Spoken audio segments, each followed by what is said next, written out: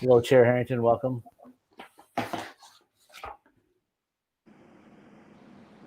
Oh, You're muted, Catherine. still on mute, Catherine.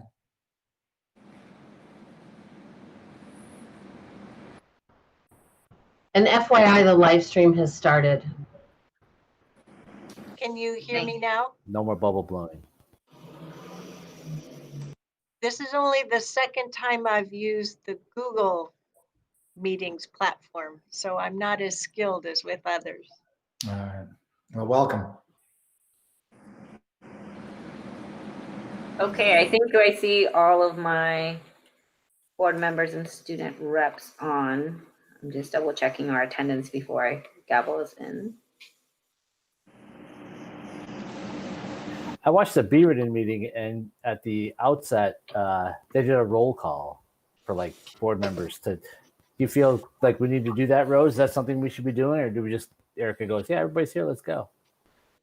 I think Erica's been doing a great job of making sure everyone's here. And I wanted to say that Ilham will not be here today. She had a work conflict. And also the interpreters would like to remind everybody to speak slowly, turn your mics off when you're not speaking. Also, I will be sending a reminder in the chat every 30 minutes to just remember to speak slowly, just for everybody's reference, so that it will be in the forefront of our minds. I think that would be helpful. Thank you. Okay, with that said, then I think that was the only person I was waiting for. So our board work session is in session. And our first item of our agenda today is with Mike and getting into our fall 2020 update. All right, thank you. I was thinking, just because we have some new folks on the call that are oftentimes not sitting at the table, why don't we just go around and do quick introductions, and that way Chair Harrington will also know who's in the room. So Mike Scott, Superintendent, and we'll just go across on my screen. I don't know if your view is the same, but Mark, would you kick us off? Mark Watson, school board member. Do you want me to hand it to the next person, or are you going to call on us individually? No, you go right ahead. Okay, we'll go. Melody Hansen's in my upper left. Melody Hansen, President, HCU.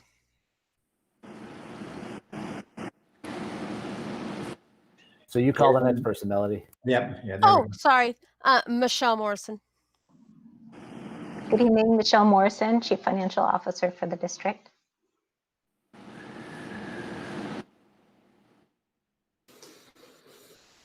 What's your next person? Oh, my bad, Kana.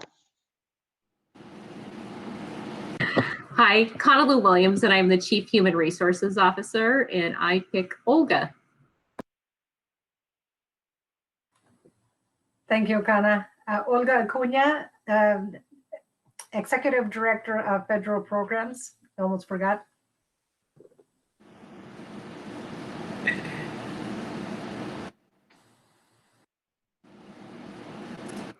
Olga, you get to pick the next person. Sorry, Martin. Hey everybody, Martin Granum, and board member, and I'm on my mobile device. I can't see who's next, so I'm just going to at random pick Yadira. You go next. Hi, I'm Yadira Martinez, board member, and let me see, Lisa can go next. Hello, Lisa Allen, school board member, and everyone on my screen has gone, so I will pick Sheehan. Thank you, Lisa. Good evening, everyone. Sheehan Kim, school board member, and I will pick Dale.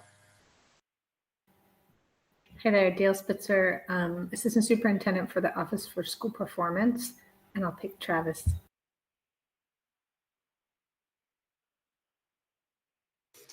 Can't hear you, Travis. How's that? Sorry, Travis Ryman, Assistant Superintendent of Academic Services. Erica, have you introduced yourself yet? I'll introduce myself. Hi, Erica Lopez, Chair of the Hillsboro School Board. And I will ask Declan to introduce himself. All right, my name's Devlin Nill. I'm a student board representative, and I'd like to hand this off to Maya. Hi, this is Maya Smith, student representative, and I can't see anybody else. I think I might be the last person. Let's get Jackie. Okay. Jackie Spross, Hillsboro School Board member. I would just also, Rose, with the reminders, maybe kind of not try to explain what acronyms mean, because just in case we have parents listening or people who don't know or remember, because there's a lot of acronyms. Sometimes I'm like, what is that? Sorry, next. Everybody on mine's gone. How about Joe Goulet? Oh, Joe Goulet. There she is. Hi, everyone. Jill Golay, Hillsboro Education Association Union President, and I will pick Fran. Good evening, everybody. Fran, Executive Director, Office of School Performance, and I will choose Elaine. Hi, everybody. Elaine Fox, Executive Director of Student Services, and I will choose Jordan. Hello, Jordan Beveridge, Chief Information Technology Officer for the district. Rose. Hi, I'm Rose Roman, and I'm the secretary to the board. I will choose Casey.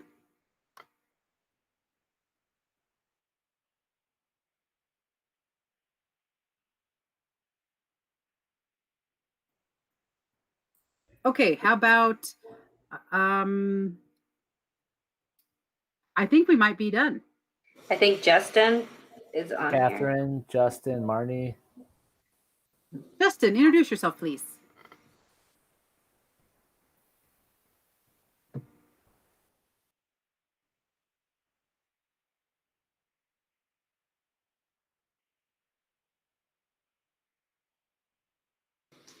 Thanks, Justin. Do we want to go with Catherine and then Marnie, please?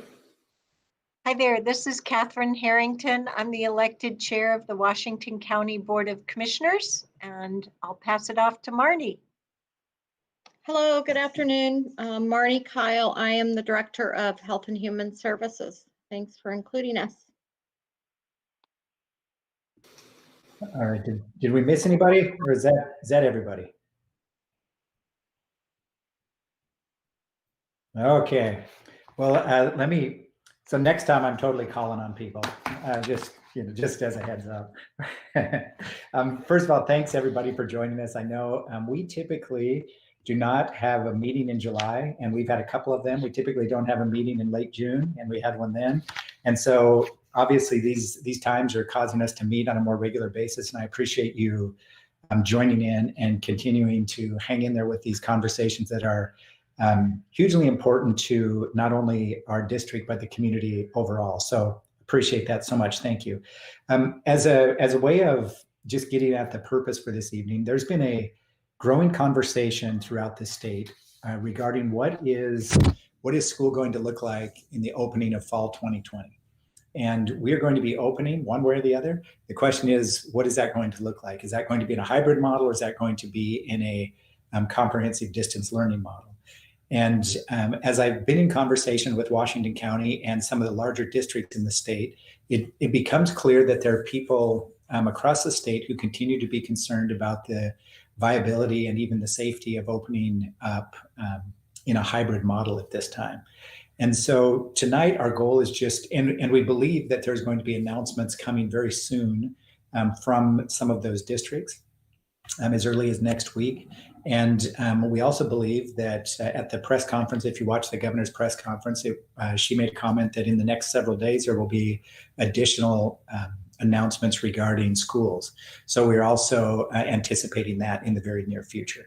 Our goals for tonight are, we've got several goals.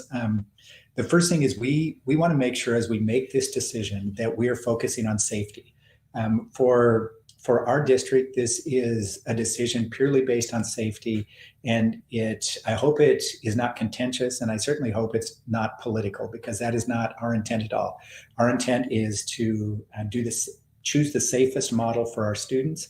And of course, I hope it goes without saying, we are so looking forward to a time where we were back in more of that traditional model, and we really look forward to seeing the students. That's why we got into education, is for the students, and we miss them tremendously. We also know that as we talk through this over the next couple of weeks, it's going to continue to change. If we were to have had this conversation back in March, and if we would have been discussing what model might be most appropriate, I don't think we would have anticipated being where we are right now. And we're not that far removed from March. The other thing we want to do is we want to share some data with you. We've got some staff surveys that we're going to be sharing with you. We've invited our union leaders to be part of this conversation. And we wanted to do that because they have been hearing from their staff members. And while they too are anxious to get back to school, they have been hearing from their staff members or from their membership, and we want to share some of their thoughts. We continue to engage in conversation with both unions and have found their input very valuable. You've just met Catherine Harrington, who's the chair of Washington County's governing board.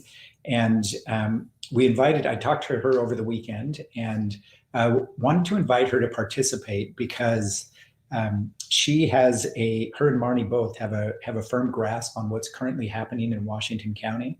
And in addition to that, she wants to better understand what the issues are that are facing school districts and elected officials such as our board members.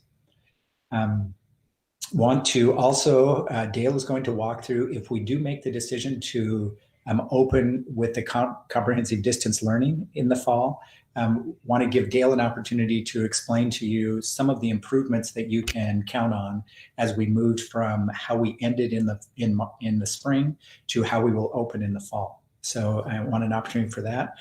Dale is also going to mention the potential for a calendar change. We don't need to make a decision on the calendar change tonight, but we do want to give you a little background, and we would bring that forward during the August retreat if necessary. And then finally, we will wrap up with just some discussion of next steps and the decision-making process.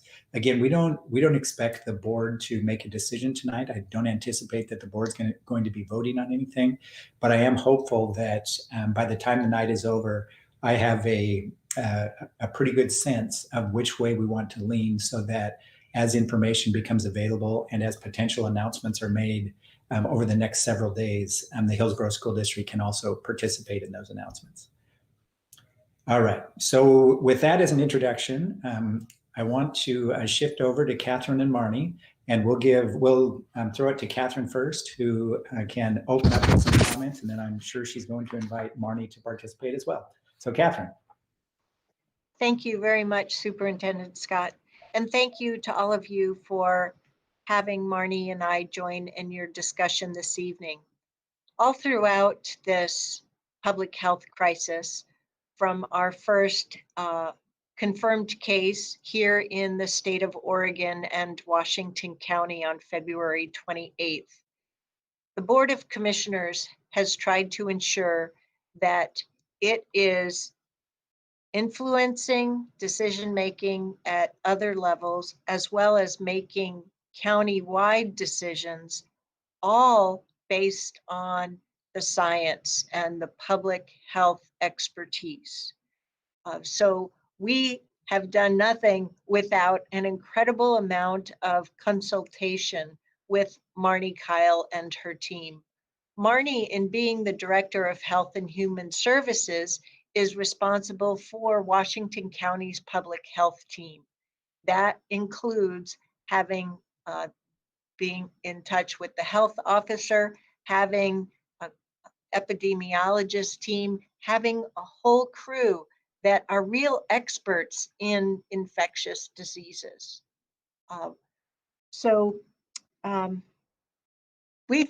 You and I, all of us and more, have been through an incredible experience, and we continue to do so. And I want to thank you and offer you my offering of being grateful for your efforts, especially in staying healthy, but also in ensuring that our students are able to be successful and to do so in their continued learning in a safe way, including through the vast number of employees that you have doing all kinds of jobs. Throughout this crisis, we've been very concerned about equity, particularly for our lower income community members, as well as our historically disadvantaged community members. From our very first patient, our very first confirmed case, we've been concerned about stigmatization as well as vital support services for every individual and families here in Washington County. And Marnie and her crew, including as organized through the Emergency Operations Center, have been doing an incredible job. To be quite blunt about it, my job is to champion but stay out of the way. During the course of this crisis, I have had meetings, regular meetings with the chairs of our two sister metropolitan area boards of commissions. So myself, Deborah Kafori, chair of Multnomah County, and Jim Bernard, chair of Clackamas County's boards of commission. We, for a long time, or it seemed like a long time, we were meeting 7 days a week. Then we were able to take it down to 5 days a week. And for quite some time now, we've been operating at 3 days a week. At the end, towards the middle of June, got ahead of myself. June 1st, Washington County was able to move from that initial aggressive response, stay home, save lives, what we now call baseline, to phase 1 operation per the state's reopening strategy. We remained hopeful that we would be successful in phase 1 operation such that we could apply to the next step, phase 2. Well, 3 weeks after, towards that 3-week end point of being able to apply to phase 2, it became clear that COVID was spreading throughout our community, and we were not going to get to apply by June 21st, 22nd. In addition, because of the way the numbers were occurring here in our metropolitan area, despite our regional coordination, the governor decided that it was time to officially link us through this reopening strategy. I took a 2-week break. The last week of June, first week of July, and the second week of July. So I returned to work on Monday, July 13th, and was greeted with COVID community numbers that, once again, to be a little crass about it, we're in the toilet. And that's where we stand. We have not been successful in suppressing the spread of this virus in our community. Despite Herculean efforts, Marnie has expanded her response team, bringing in an additional over 114 new people that are handling the contact tracings, the investigations, the family support services so that people stay in self-isolation as well as quarantine. We've opened up a respite center, expanded support for our homeless community. You name it, we've been trying it, we've been acting on it. In our first tri-chair meeting in July, where all 3 of us were available, little unusual few weeks we went through that. We had this meeting, our tri-chair meeting, last Friday afternoon, and we started focusing on how are things going relative to the opening of the academic year. And we realized that in our role, we weren't doing well in order to provide you with the kind of certainty that we imagined you would need as school board members. So that was Friday night. Saturday, I got on the phone. I reached out to school board members, Beaverton School District, your school board, Tigard Tualatin School District Board, Forest Grove School District, and Sherwood School District.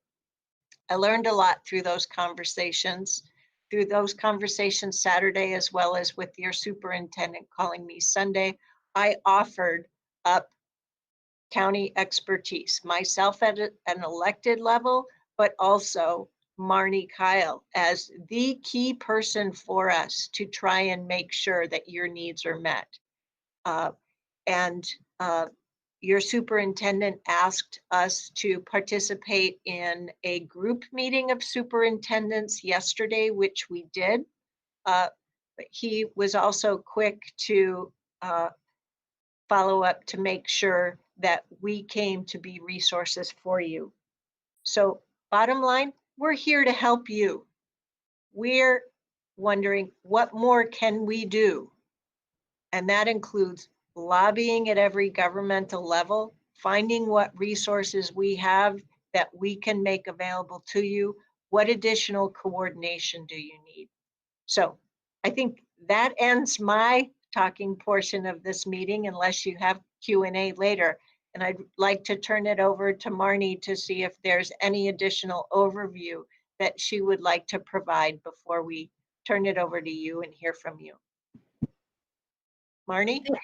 Thank you, Chair Harrington, and school board members and faculty for inviting us. I think that what I wanted to start with is to say, when I think about how this began on February 28th, I was in Washington, D.C. When I got word from my staff about the first case in Oregon being within Washington County. And that weekend I came back and had to go to the state, to OHA's Emergency Operations Center. And we were getting word about the connection to schools and in particular to Hillsboro School District. And I called poor Mike on, I can't remember if it was Saturday or Sunday morning, but I remember you spent the rest of the weekend at the Emergency Operations Center with us. And I remember being incredibly proud of Mike and our relationship with the school districts. And because there was a lot of angst at OHA about, well, what's this superintendent going to say? And is he going to go rogue? And is he going to help out? Is he going to cry? And I'm like, you know, I don't want to ever wish this on any school district, but if I had to pick one to work with, it would be Hillsboro. So I guess I'm starting with that story only to just emphasize that I think we've had a great partnership from day one. Our staff since that time have had weekly calls with school personnel, school nurses, school administrators. It's not always perfect. It's not always smooth. We don't always have answers, but we keep talking to one another and keep trying to support and work together. The meeting, was it last night? I'm already losing track. The meeting we just had with the school superintendents was really helpful because it did, I did learn some things from the superintendent, some that we are uplifting to OHA already, around the importance of wraparound services for our families, the importance of, as we think about how we're going to open schools, whether it's hybrid, whether it's complete virtual learning, the importance of supporting vulnerable populations, thinking about kids with intellectual and physical disability, thinking about families from communities of color, thinking about our homeless, seasonal and migrant farm workers. So a lot of the messages that we've been trying to uplift, but it's really helpful to say the superintendents are also lifting these. Concern about childcare, not only about childcare for our communities, but how can teachers come back to work if we don't have childcare available. Also, just looking at the metrics and how is OHA and the governor's office making decisions about school reopening, and we uplifted some of the metrics that the superintendents have talked about as well as some that our health officers and our epidemiologists have talked about to better tie school reopening with true metrics that give us a better understanding of what's happening within the community. And some of that is looking more at hospital capacity, looking more at the severity of the illness, the population that's most impacted, and also just looking at our positivity rate and our looking at a case rate per 100,000 and what would that magic number be, or tying it more to the phases. So we're having some really good conversations, and I just want you to know this is another opportunity for me to listen and learn, and that we are trying to uplift these conversations and what we're hearing from you all to OHA and to the governor's office. So I will stop there, and I'm available to answer questions.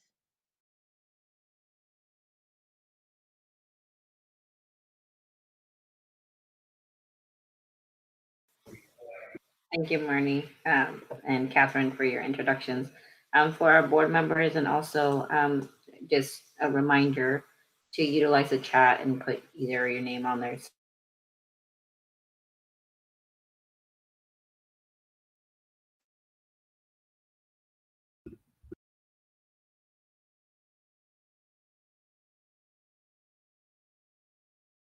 Is Erica frozen for anybody else besides me? Yeah. Martin, are you still on? Maybe you can help while Erica's frozen.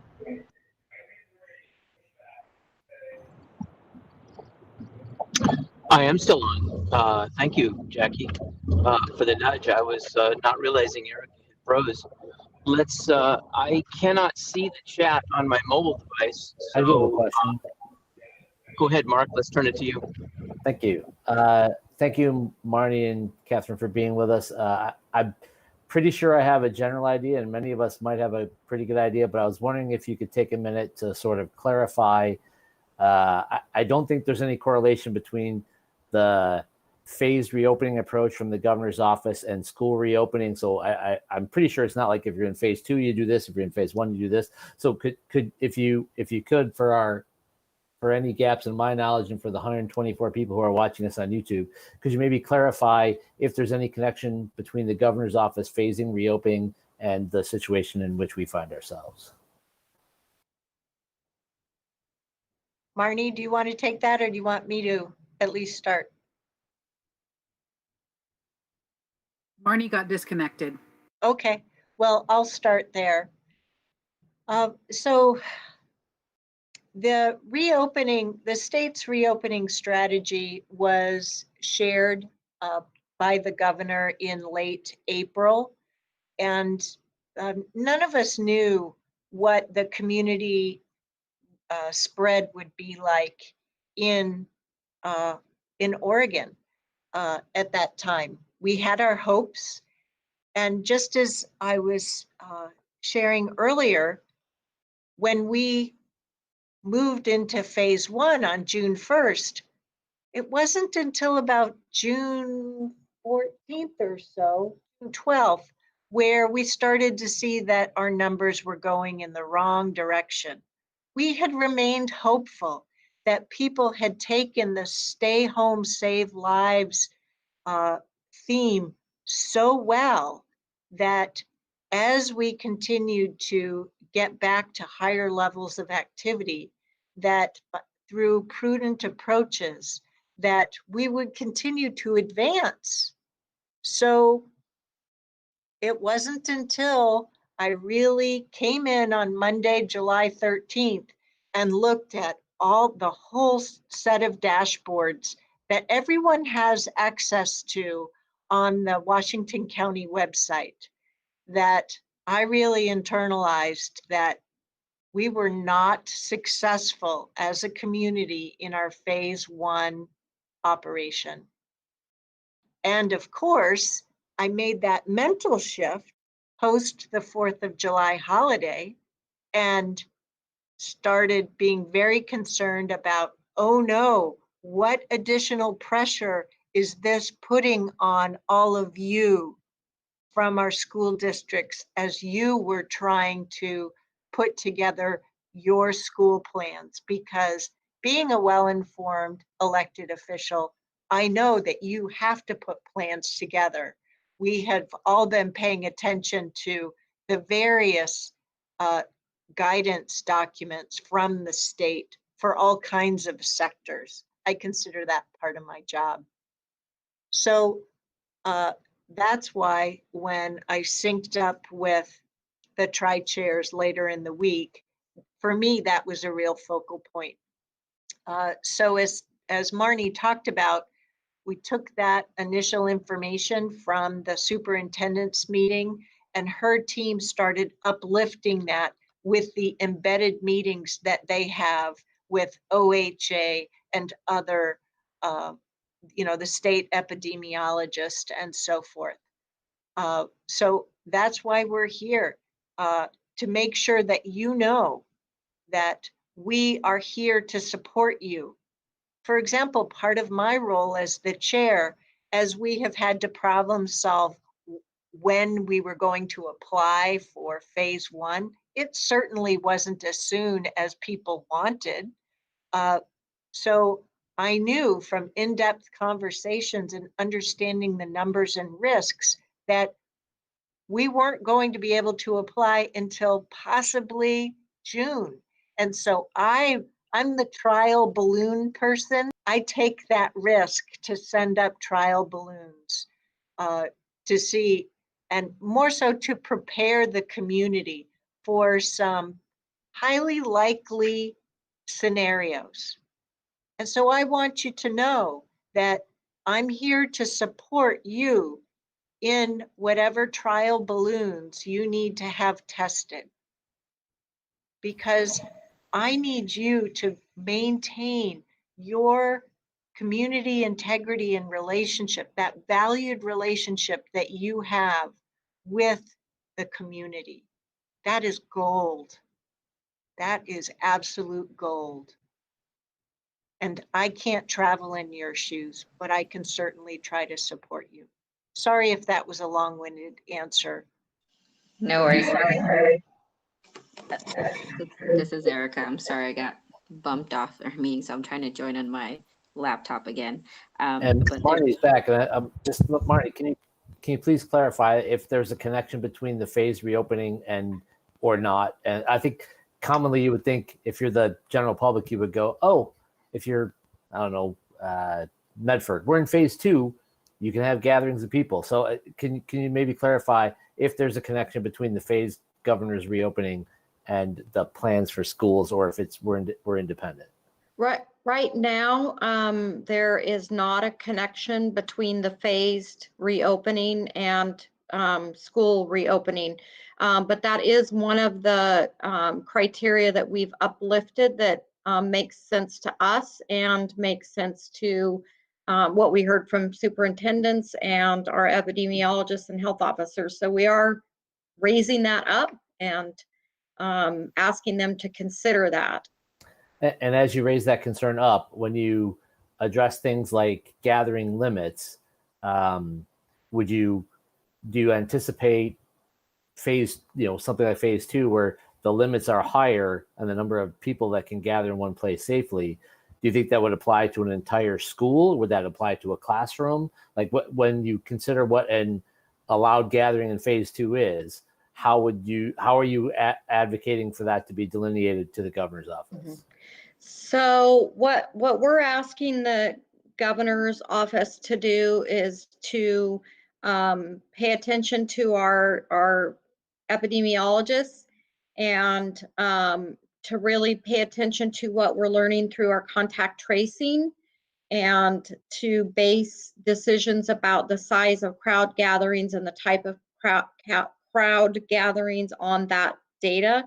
But we're also asking the office to be really clear and consistent, because I think right now it's very confusing, because you can have up to 10 people for this and 50 people for that, or 100 people if you're outside. So right now it's really confusing to everybody. And so we're saying set the criteria, whether it's face mask or the size of the crowd gathering, whatever your criteria is, set it and just make it broad, clear, and consistent, because it's driving everybody crazy, and it's really hard to provide technical assistance and guidance when every sector is different. And the fact is that the more gathering there is and the closer the contact, the more likely we are to spread disease. And so that's what we're advocating for. But as we talk about tying school reopening to the phases, we're also uplifting and asking them to consider different criteria than they're using now. Some of the criteria would be really looking again at hospital capacity and ICU beds. We just got a report from our epidemiologist, and in Washington County, on average, over the past week, we only had 5 ICU beds available. That's scary, but we don't have a threshold in the state for when are we going to be worried about it. And so we're saying we need to set that, and we need to get ahead of that. Now, I don't want you guys to lose sleep tonight, because we have a regional system, and all the hospitals have plans for surge. So if you need an ICU bed, it'll be there for you tonight. But I'm just saying that, those are the kind of metrics that we need to be paying attention to, because in the beginning, flattening the curve was really important, and it still is. We need a health system to be able to respond to the disease and the severity of the disease. So I don't know if that answers your question, or now you'll also have time to speak. Oh, Mark. It was getting a little echoey. Sorry about that. So, Mark, did you want to follow up anything else? You're good? Okay, so I did have on the chat, sorry everyone, I kind of got bumped off, but I had on the chat, and I think in order, we had a comment from Martin, and then a question from Lisa, and then Jackie. Thank you, Erica, and thank you, Chair Harrington and Marnie. It's really great to have you join us and be able to speak directly with you. A couple of comments just from me, and I'm just speaking from one board member, but I wanted to share them with you. That when you think about the school district, the lead time we need to really react is rather extensive. As we look at the community's ability to react to things, sometimes the business is open, the day after an announcement from the governor, but in the school setting, it's weeks and months. This is a big ship, and it takes, we're talking about, we set a calendar for the next year, and we make contractual arrangements, and families make vacation plans. And so I just wanted to plant that seed that as we navigate this crisis, the ability of the school districts to be, responsive is limited. It's just a big giant ship. The other thing I wanted to share was Mike and Beth, our public information officer, and others from the district did a great job to begin engaging with the community, with staff, and with members of the school community. We had about 1,500 people on a conference call recently, just a couple of days ago. And what impressed me was how unsettled the community is on this issue. Just in a profoundly, everything from soup to nuts is still on the table. There's people who think it's a non-issue. We should go back to school completely like it's business as usual. There's people who are scared to leave their house, and there's everything in between. And that all presents, rather profoundly in the school setting in particular. But I took away from that meeting a really deep concern for the students, certainly, but really our staff. As we think about going back into the classroom, it has to be a setting where staff feel safe and are safe. And so that sort of came through loud and clear when you really start to wrap your brain around going back into the schools. And then some of these secondary issues become really deal breakers, like transportation and how we're going to feed the kids. Not only just getting it done, but the length of time that's going to take really squeezes the educational opportunity that you get out of that effort too. So anyway, that was my comments from me. Thank you, Erica. Thanks, Martin.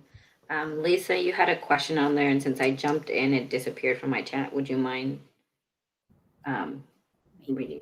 Yeah, so Marnie and Catherine, you were talking about kind of uplifting the idea of tying schools reopening to the phases, and I was hoping you would clarify, are you asking them to tie, we were using Medford as an example, schools to phase 2, or are you pushing for a different phase?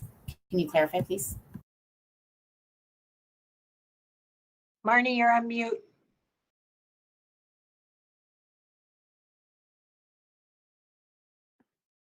The little mute button kept going up and down. I couldn't catch it. Sorry. We are really talking about phase 2 because in the governor's phased approach, we wouldn't get to phase 3 until there's reliable treatment or a vaccination. So that could be a year or more. And we know that it is important to get kids back to some level of physical on-site connection with their school. So what we've been suggesting is phase 2. And that's not perfect, but. And I would just like to add that one reason for looking at it towards phase 2 is because phase 1 is simply the first mode of operation beyond that stay home, save lives shutdown. So we need to prove that we, as a community, in order for all the employees, all the staff and the students, we need to be successful in operating just in these smaller numbers in phase 1. Now, we do have some businesses that are able to operate safely with large numbers of people. We've got manufacturing right here in Hillsboro, as well as in Beaverton, with our 2 largest companies here in our county, because they have invested significantly in safety. But they're all adults, right? It's not the dynamic environment that you take care of through schools. So your situation is incredibly unique. So we've been thinking towards phase 2, even though our phase 2 documents don't get really deep yet into successful school operation, perhaps because phase 2 involves larger numbers, and you deal with vast numbers from a school with 200 to thousands. And so I think now is the critical time where we've tried to learn from our very recent past performance and look at the complexity of operations that you have as your lead staff and superintendent have been participating, and bringing in that latest and greatest knowledge from the epidemiologists and the health officers to try and figure out a path through this. So phase 2 isn't perfect, but I think we've got to get our community successful at phase 1 before we can give you any successful certainty on where we're aiming for phase 2 in order to have more of those on-site interactions. But you're going to be the decision makers for your operation and your mode of operation, not me. Thank you, Catherine. I think we had a comment from Jackie. Oh, yes. Like Martin, I'm really profoundly concerned about our community and keeping our school community safe. I mean, I think that's on the forefront of all of our minds. I really do. I know that our plan is due to ODE by August 15th. I would encourage us to not wait that long. I think, everything's continually changing. It's confusing, and it's going to be so for the next several months, at least. And really right now, the only way for our students and staff to stay safe is full distance learning. And I'm just saying that. The other part of that is we need, in order for our students and our staff to be successful, and if it is distance learning, make it successful, is sooner rather than later to have a decision. I'm not saying we should make an uninformed decision, and I understand that's why we're waiting for guidance, is because, you know, the more information we have, the better decision we can make. I'm just encouraging us to think about mid-August, and we would start 2 weeks to a month later. That gives families very little time to set up to make an online program or a hybrid program successful.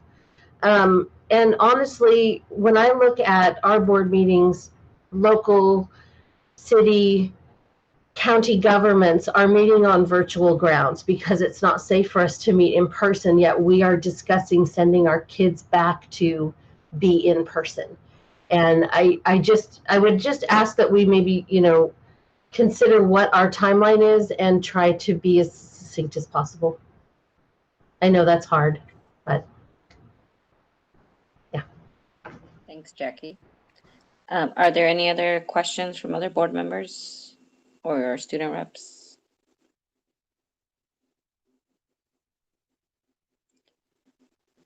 Mike, did you have something? I just want to respond to one of the things that Jackie was mentioning, is that we can make a decision prior to our plan being submitted. And I think you're going to see that happen over and over again next week. And it's for the very reasons that you mentioned. It is, we need time for our parents to make plans. We need time for our staff to make plans. And so next week would be my recommendation as to when we make an announcement. I think you're right. The sooner we do that, the better.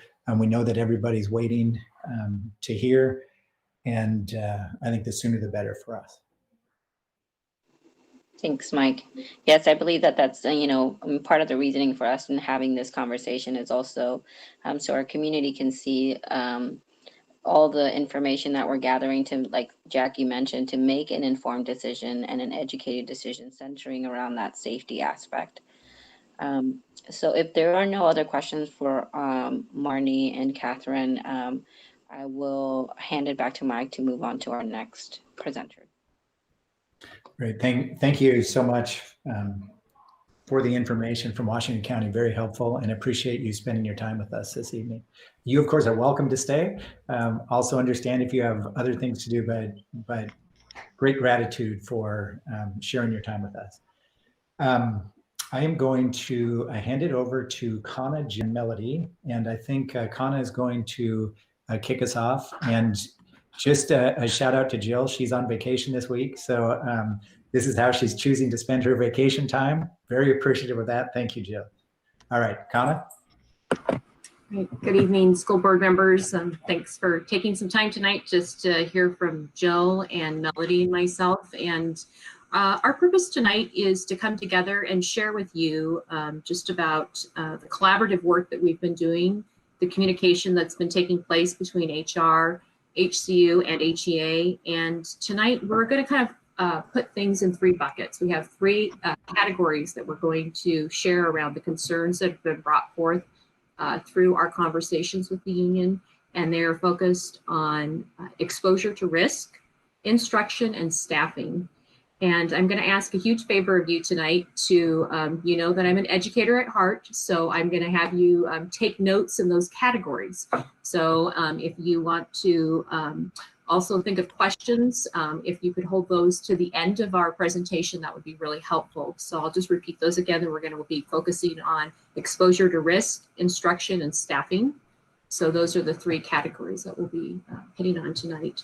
Before we go into those 3 buckets of concern, I want to try to lay out the foundation of the work we've been doing.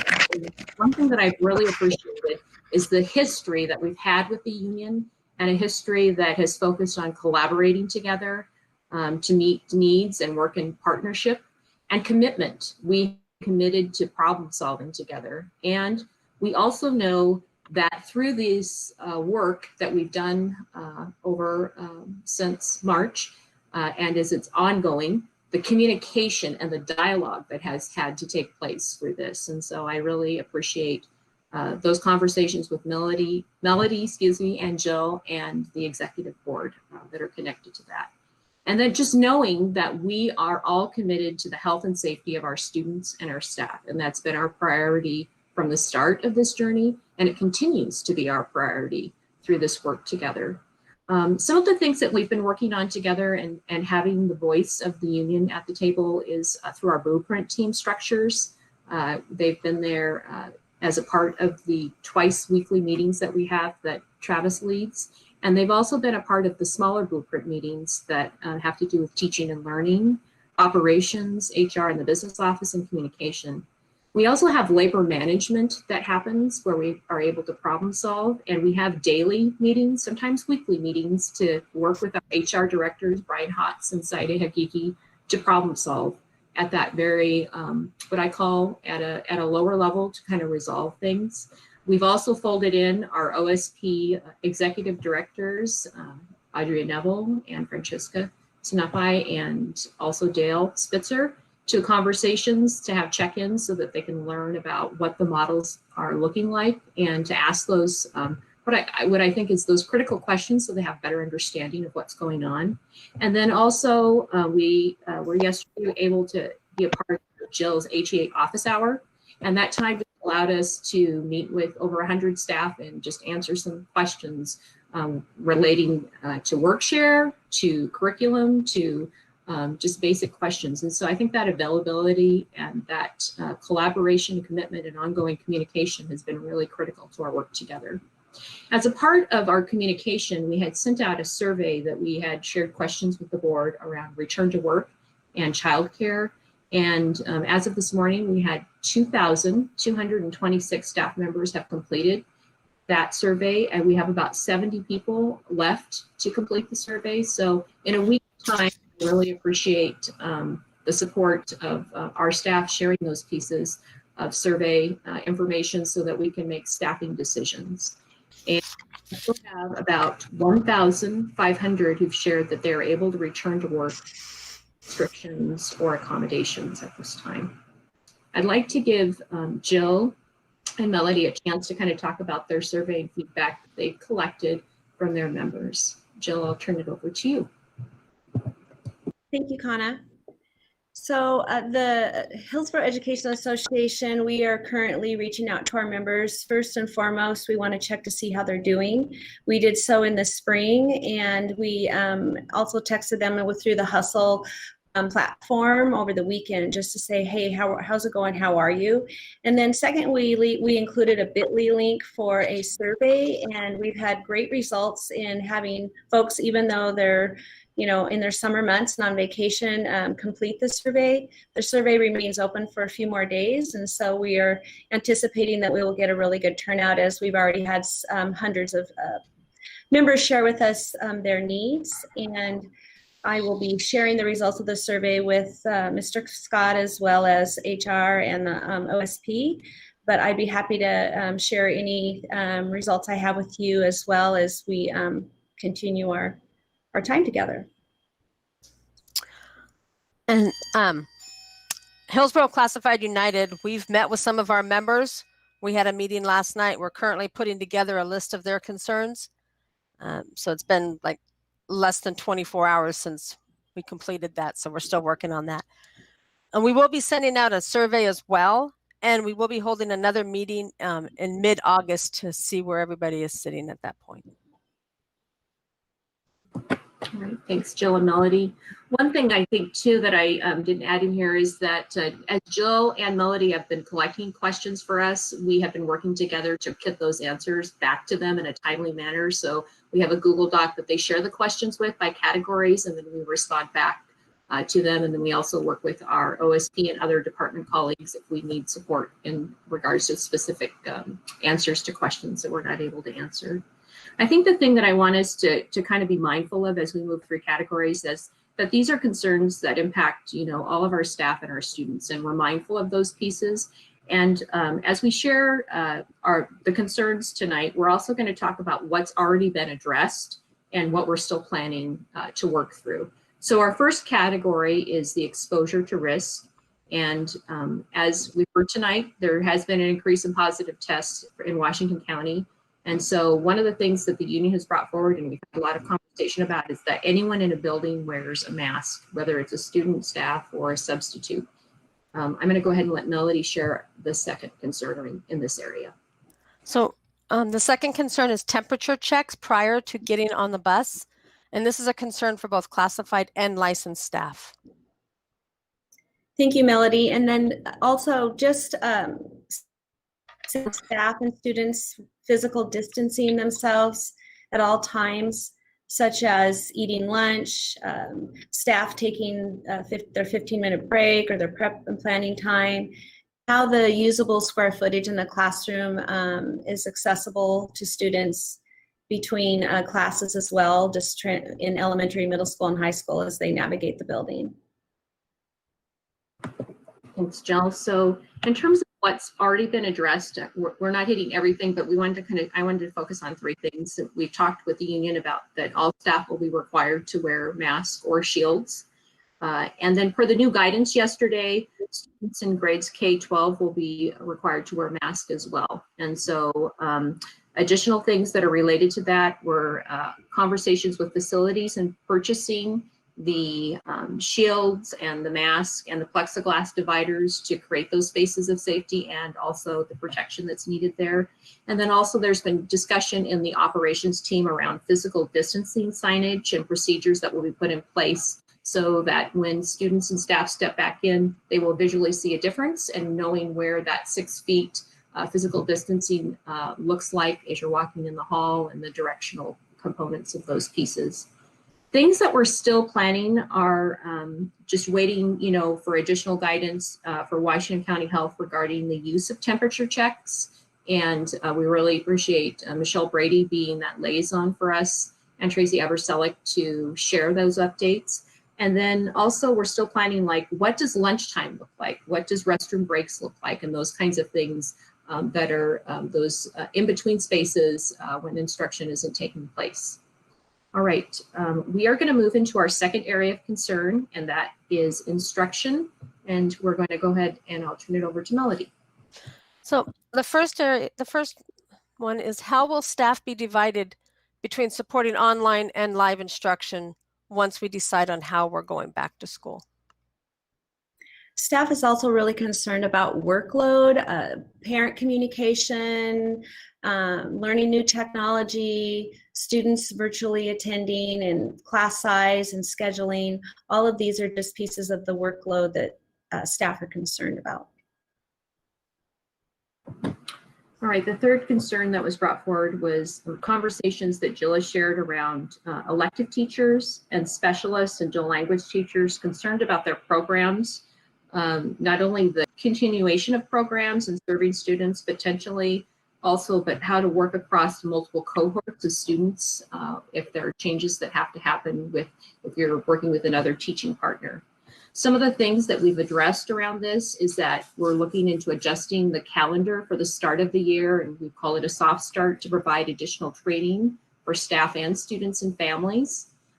We've also, I mentioned the communication questions that are being answered in collaboration with the union and HR as we work through those pieces on a regular basis. And then the instructional blueprint team is meeting multiple times during the week to design plans. In terms of the things that we're still planning and working on is developing the memorandum of agreements, the contractual agreements with both HEA and HCU, and that we're in the initial phases of creating responsive professional development in the area of instruction. As we move into our third and final category tonight, it will be about staffing, and Jill start with her first section. Thank you, Kana. Yes, so childcare for staff for their own children, respectively, is a huge concern, whether the model be implemented in a virtual distance learning or hybrid. We also like meeting with the needs of the underserved and special education population. Staffing reductions and changes, we want to make sure that they are properly supported.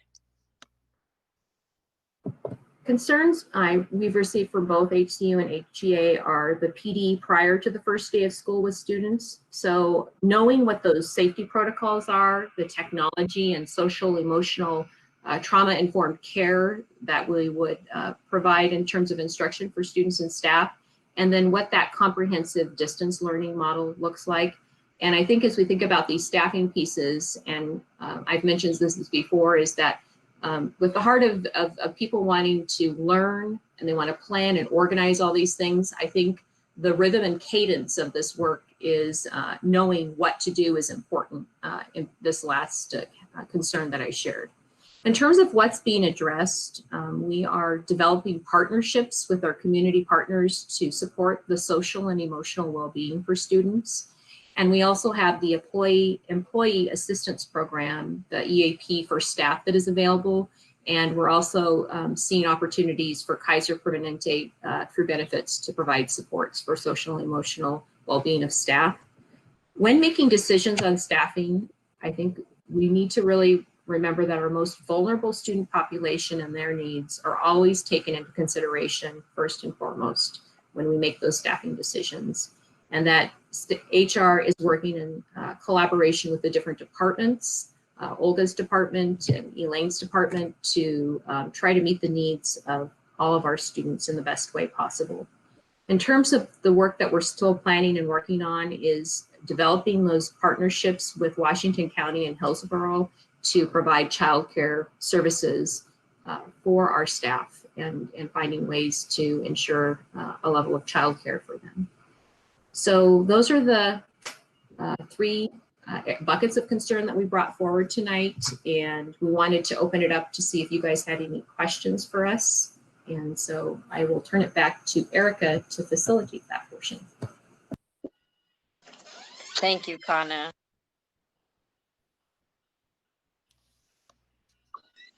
Sorry, I am also with children here in the background, which I know is what everybody's dealing with. So I think I just want to say thank you so much to Jill and Melody for coming and presenting to our group. I know that we want to be aware of what the concerns are in our community and our staff, as well as for our families. So this really helps us. I think it's safe to say that no matter what model we go to, there are definite things that we need to plan for and concerns that we need to address. And it's great to have you all here speaking on those issues. So let me go into the chat and see. I have a question from Lisa. Kona, can you re-say the survey numbers you shared, please? Certainly. We have 2,226 surveys that have been completed and about 70 more to finish up. Thank you for verifying that, Jackie. Kona, didn't you say other numbers though? I'm sorry. When you were speaking, there were more things you said, and it kind of broke up while you were talking. And I didn't catch everything you said. Okay, the second portion of that was that approximately 1,500 staff have shared that they are able to return to work without restrictions or accommodations. Did I answer your question? I think so. That's good. Sheann, you had a question? I do. Thank you. And it's kind of a two-part question for Kana. It's actually around the number of the 1,500 who said they were able to return to work. I guess my question is, were you able to gauge the comfortability of those staff members wanting to return to work? I mean, are they having to choose between, getting a paycheck and to put food on the table and, or are they actually willing and able and really wanting to be back in the classroom? And then kind of a second question to that is, what are the options for teachers if we were to go to a hybrid model? What are the options for teachers who do not feel comfortable entering back into a classroom? Thanks for those questions. In terms of the 1,500 who said they were able to return, I think Jill and I have had a lot of conversation around this topic because this is a survey. The purpose of the survey is to generate understanding of where people are at in terms of the staffing components and what we're trying to do around that. So when people that survey, they were able to indicate if they were able to return, but they could also write comments at the bottom. And so sometimes we just finished up the survey. So we're still culling through that data and looking at those different metrics and looking at the comments that people are putting in to try to designate, what their comfort is. I do know that we really pride ourselves in our department to be service oriented, and we've had people reach out to us directly. It's the one thing I love about our district is that we are very responsive, and so people feel very comfortable in terms of calling us and reaching out. And Jill's also done a great job, and Melody as well, is reaching out and letting us know that there are people that aren't feeling comfortable around this. And I did notice yesterday after Brian Hotz talked about that during Jill's open session, we probably had about 100 more people fill out the survey. So I think just people hearing and seeing the face of human resources asking these questions along with our benefits team about answering those pieces helps them feel more comfortable. But I know sometimes when I receive a survey and there isn't a face connected to it, sometimes you have more questions. And so I think, in terms of people being able to return and that gauge of comfortability, Jill, I know, has some data that she has gleaned from her survey to get people's sense of comfort, which she has shared that, people are nervous about returning to work in that capacity. And you also asked, are they willing to work and what the hybrid model would be? I know that we have students and families that are interested in a more online approach through Hillsboro Online Academy, and we've seen some of our students and families want to transfer into that. So we would be looking at staffing to help support that piece as well. So we're looking at a lot of different things, and we haven't made any final decisions around staffing. We just, in terms of our staffing, shared the consolidated staffing workbooks with our principals today, and they will be working through that piece. And so it'll be a multi-tiered conversation with departments and principals. And we've also extended opportunities for people if they want to take a leave of absence or if they want to put in a transfer. We've provided and afforded staff the opportunity to give us as much input as they can to help make informed decisions as best as we can. I hope I answered your question. Thanks, Kana. Before that, I missed a comment from Jackie above. Then she would like to hear more about the most prolific concerns are. Am I capturing your question correct, Jackie? Or I just saw you comment on there. Oh, yeah, I have a question, but yes, actually, I would like to just, the top two maybe.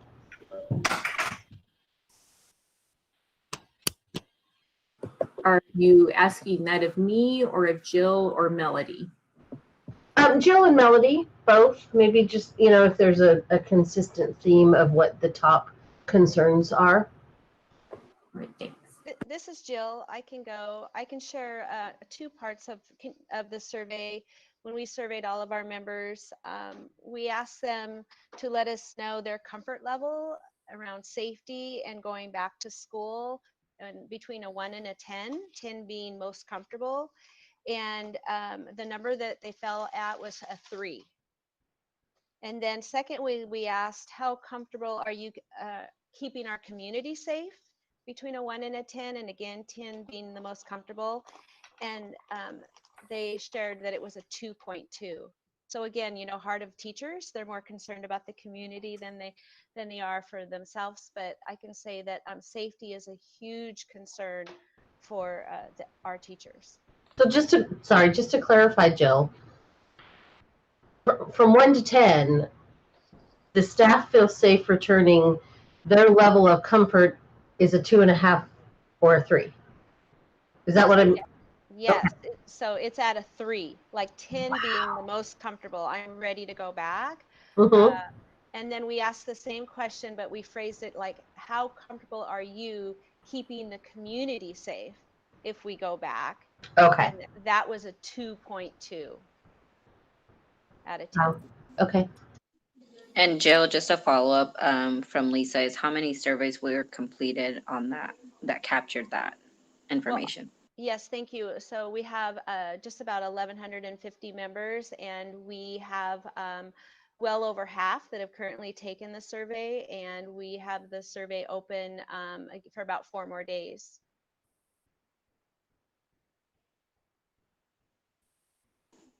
Thank you. A question from Mark.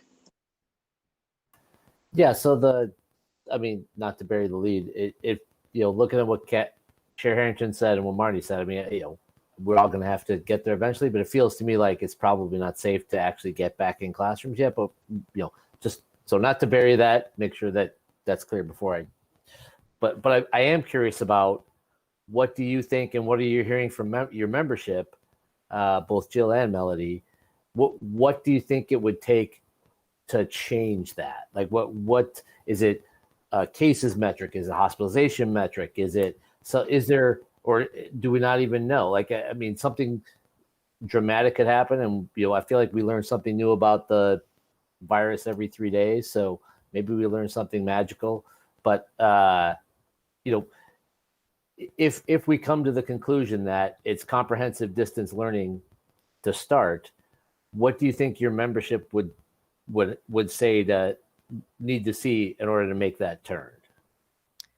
Well, we had a meeting last night, and based on what I was hearing from them, it's going to be a cases metric. They want to see, a few of them were saying 14 days with no cases. With the numbers where they're at, they're not feeling safe coming back into the school. So it's not a decline, it's a no. It's a we have no. to have no cases before your staff would be comfortable going back. Yeah, I'm not sure what their comfort level is because we haven't conducted our survey yet. However, there were a few of them that had said that they would like to have no cases. Okay. But I guess it would depend upon what the decline is.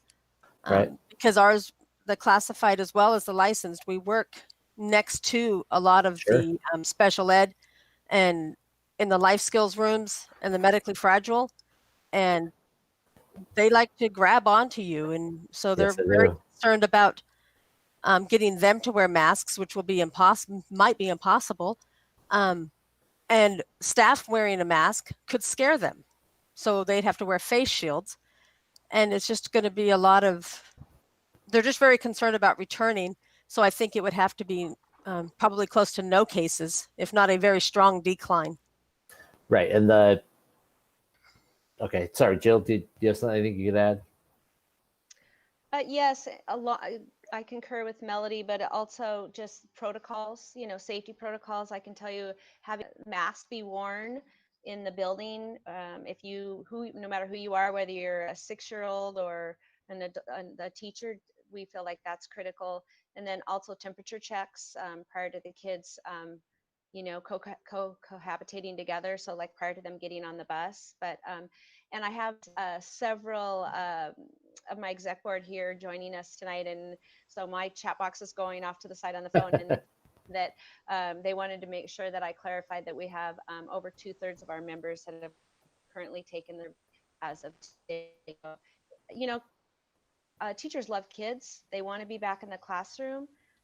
This is difficult for them too, but they don't want to feel like they're having to jeopardize their safety or the safety of the loved ones that they share their home with.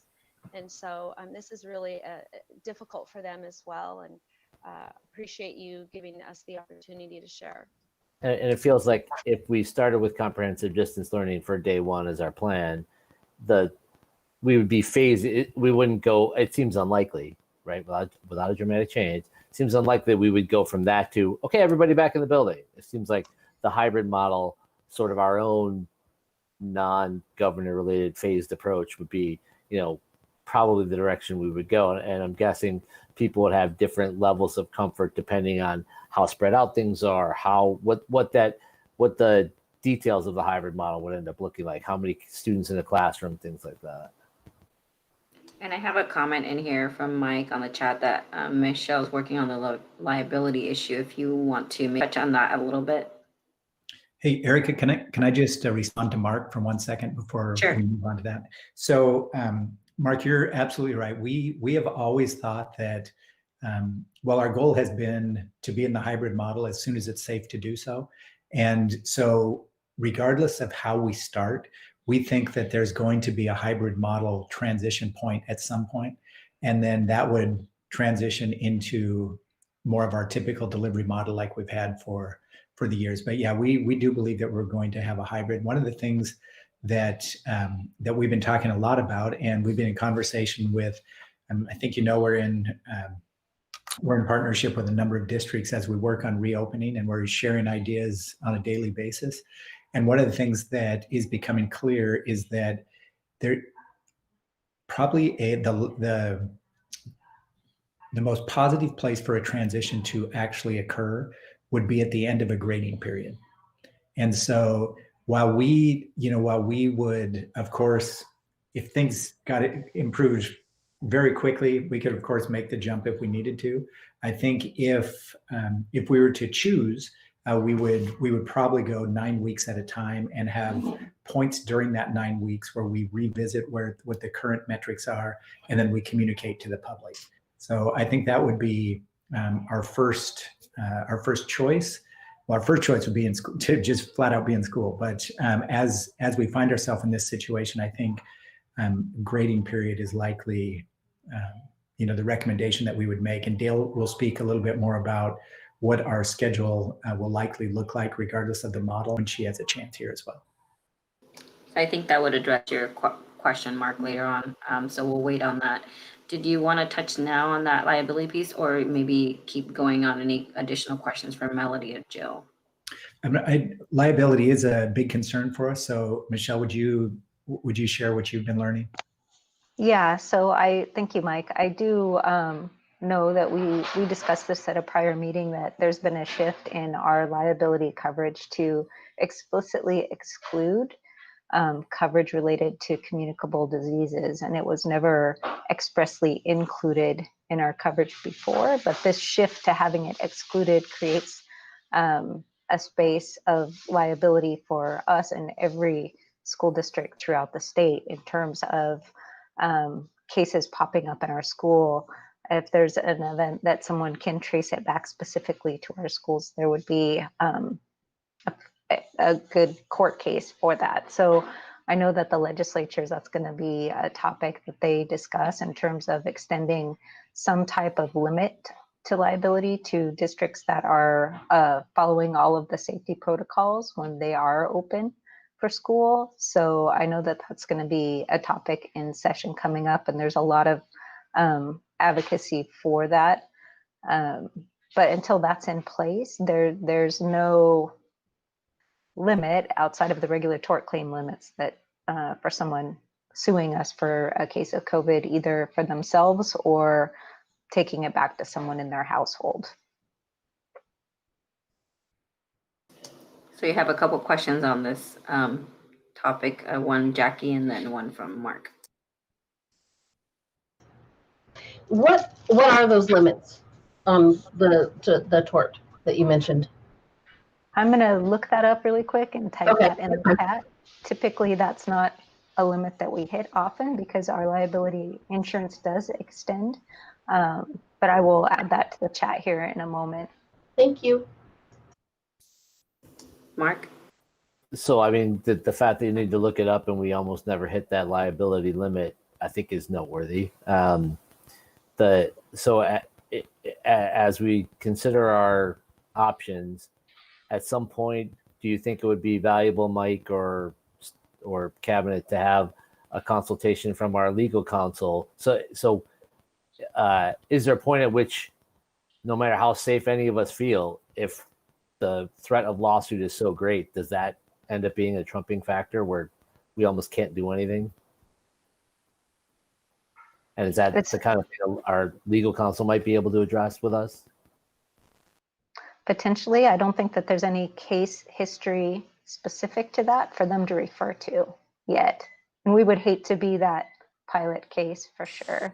But we can definitely consult with them. And we have been working closely with our PACE attorneys who bird dog for us.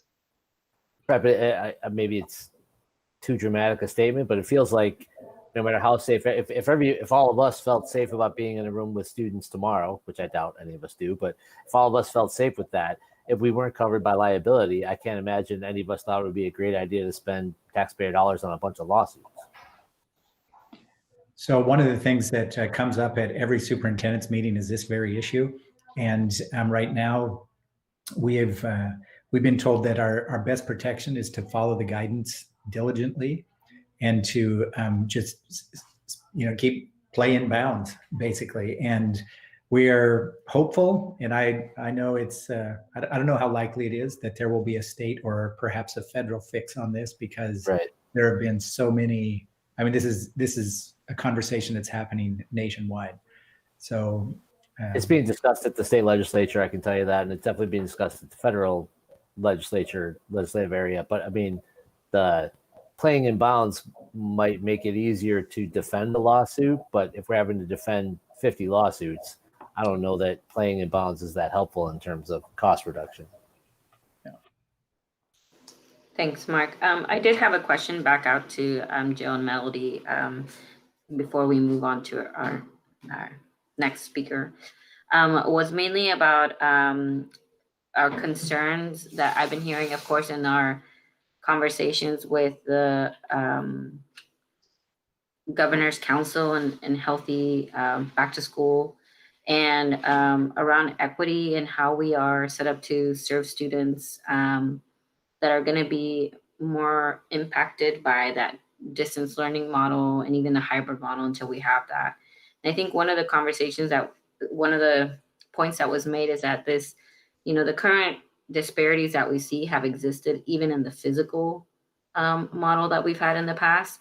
So we already acknowledge that those exist. And so my question back out to you is, how do we better support our teachers to deliver, is it through professional development, or what resources can we provide to ensure that they're having that, cultural competency around how to deliver curriculum and also tackling these this disparity in outcomes that we currently have. If there's something else that we can do as a district to better help our teachers tackle that as well. Thank you, Erica. That's a great question. Yeah, I think professional development is really important. I think bringing that equity piece to the forefront of all of our conversations. I know that's something we as a union are doing. I know that there's a staff has an affinity group that many of the staff members are getting very involved in. And I think just being able to make those connections, to be able to identify not only who you are and what you bring forward, but also how you can navigate the needs of all of your learners and also your peers. And so I think the more that we have open dialogue and discussion and have resources, the better job that we will do to address the needs of not only the students, but staff as well.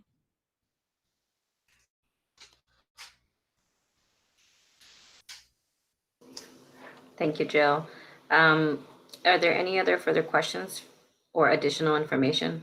Kana, I saw your mute. Oh, I just wanted to make sure did you want Melody to respond to that question? Yeah, I mean, I think part of it, like I was asking if there was additional things that we could provide or help in supporting that work, and just understanding from our staff perspective, what do they see is some of the work that needs to be done to impact that? Well, I think from the classified point of view, I think professional development, they were doing the distant learning in the spring, but I think it's still, for some of them, it's still a whole new learning curve that they have to have. We have not specifically talked to them about that, and I didn't see any comments, but this is the feeling that I'm getting from the conversations that I do have, is that they also need to make sure that the schedules are not so packed that they start to feel burned out, overwhelmed, and have a lot of anxiety themselves. So I think the professional development, I think, is going to be a big piece as well. Thank you, Melody. Okay, I'm turning it back to you, Mike, if there's for our next speakers. All right, thank you. And Dale is going to share some information regarding professional development as well, and specifically around some of the work that we are wanting to do. It's one of the reasons that we would put forward a calendar change is for more professional development time, not only to make sure that we're employing the best instructional strategies possible for engagement, but also to make sure that we are teaching in a culturally responsive way. And Dale will be sharing about that. So Dale, I'll turn it over to you. And I just want to take a quick moment to thank Melody and Jill and have them leave if they want to. Welcome to stay, but Jill may want to go back to her vacation. Thank you both. Thank you guys, appreciate it. Hello, good evening, board. Nice to see you. I've been taking notes. It's been a great conversation all the way through, so I appreciate the questions. And I've been taking notes on everything Mike said I was going to talk about. So I hope I hit them all. And if I missed them, please let me know. So I'm going to back up just a little bit and talk about one of the surveys. I had some questions about the surveys that we did in late spring. And right before school ended for the year, we did surveys of parents, students, and staff. And we were really trying to figure out what their experience was and how they felt about the distance learning experience, where we hit the mark, where we could improve. And kind of at the end of the survey, we asked if you could if you come back in some fashion in the fall, what would your priorities be? What would your comfort level be? And what kinds of things, especially for teachers, might you need for support? So from that survey, we had about 2,500 parents that participated in the survey. It was pretty evenly distributed throughout our K-12 system. 64% of them were very concerned about their students' academic progress, and they cited issues such as their student being distracted, not engaged in what they were learning online, that it was hard to help their students. And some stated that their students had emotional issues, were experiencing stress and missing their peers. And about 20% of those families said they felt ill-equipped to meet their students' needs. We had about a quarter of them say that they had issues either negotiating the technology that was giving them or the Google suite of resources that we were using. And just that in general, it was hard to teach at home while they were trying to work from home, taking care of other kids. And almost 2/3 of them said they would prefer to come back to school if they could do so safely. Health was the number one concern for parents about the fall. We surveyed students in 5th grade through 12th grade. We had about 1,400 students that participated. About half of them were high school students. Like their parents, about 20% of them said they had emotional needs that they felt were not being met.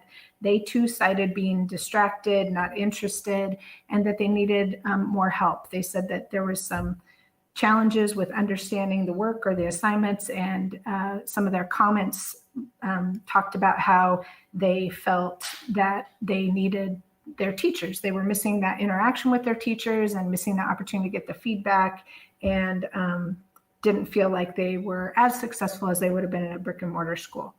About a quarter of them said it was difficult, distance learning was difficult because they had to work or watch siblings. Just like their parents, about a quarter of them said that they had issues with technology or Wi-Fi. Not as many students cited Google and the suite of resources as being a challenge. They might be a little bit more technologically savvy than some of us, or at least myself. They did cite, especially at the high school, that 6 classes seemed to be a lot. 6 to 8 classes was a lot. 6 classes for middle, 8 classes for high school was a lot. They felt like there was quite a few assignments. And some of them said that they just wished that they had connections with their friends and their staff and the activities. Quite a few of them commented in the section that they were frustrated that they couldn't get grades, and that there was no reason to work because they'd already passed the class.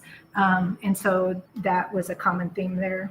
At the very end of the survey, they too cited their health being a concern.